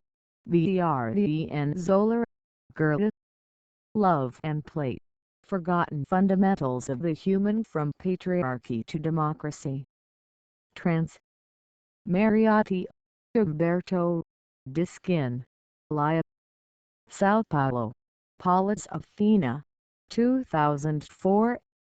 MIRIM, Banda. Lucky.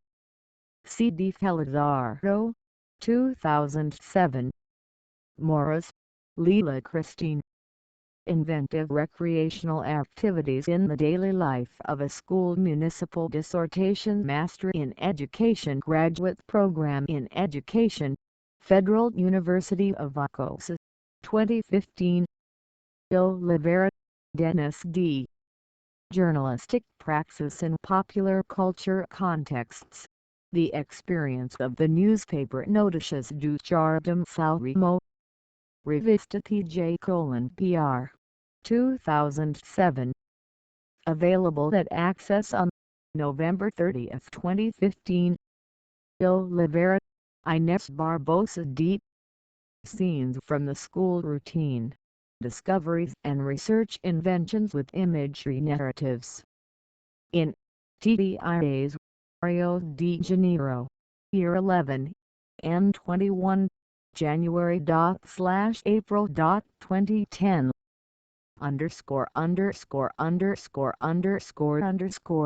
Alves. Vencer TAU and the Arts of Making. The Notions of Use, Tactic and Trajectory in Education Research. In Oliveira, IB.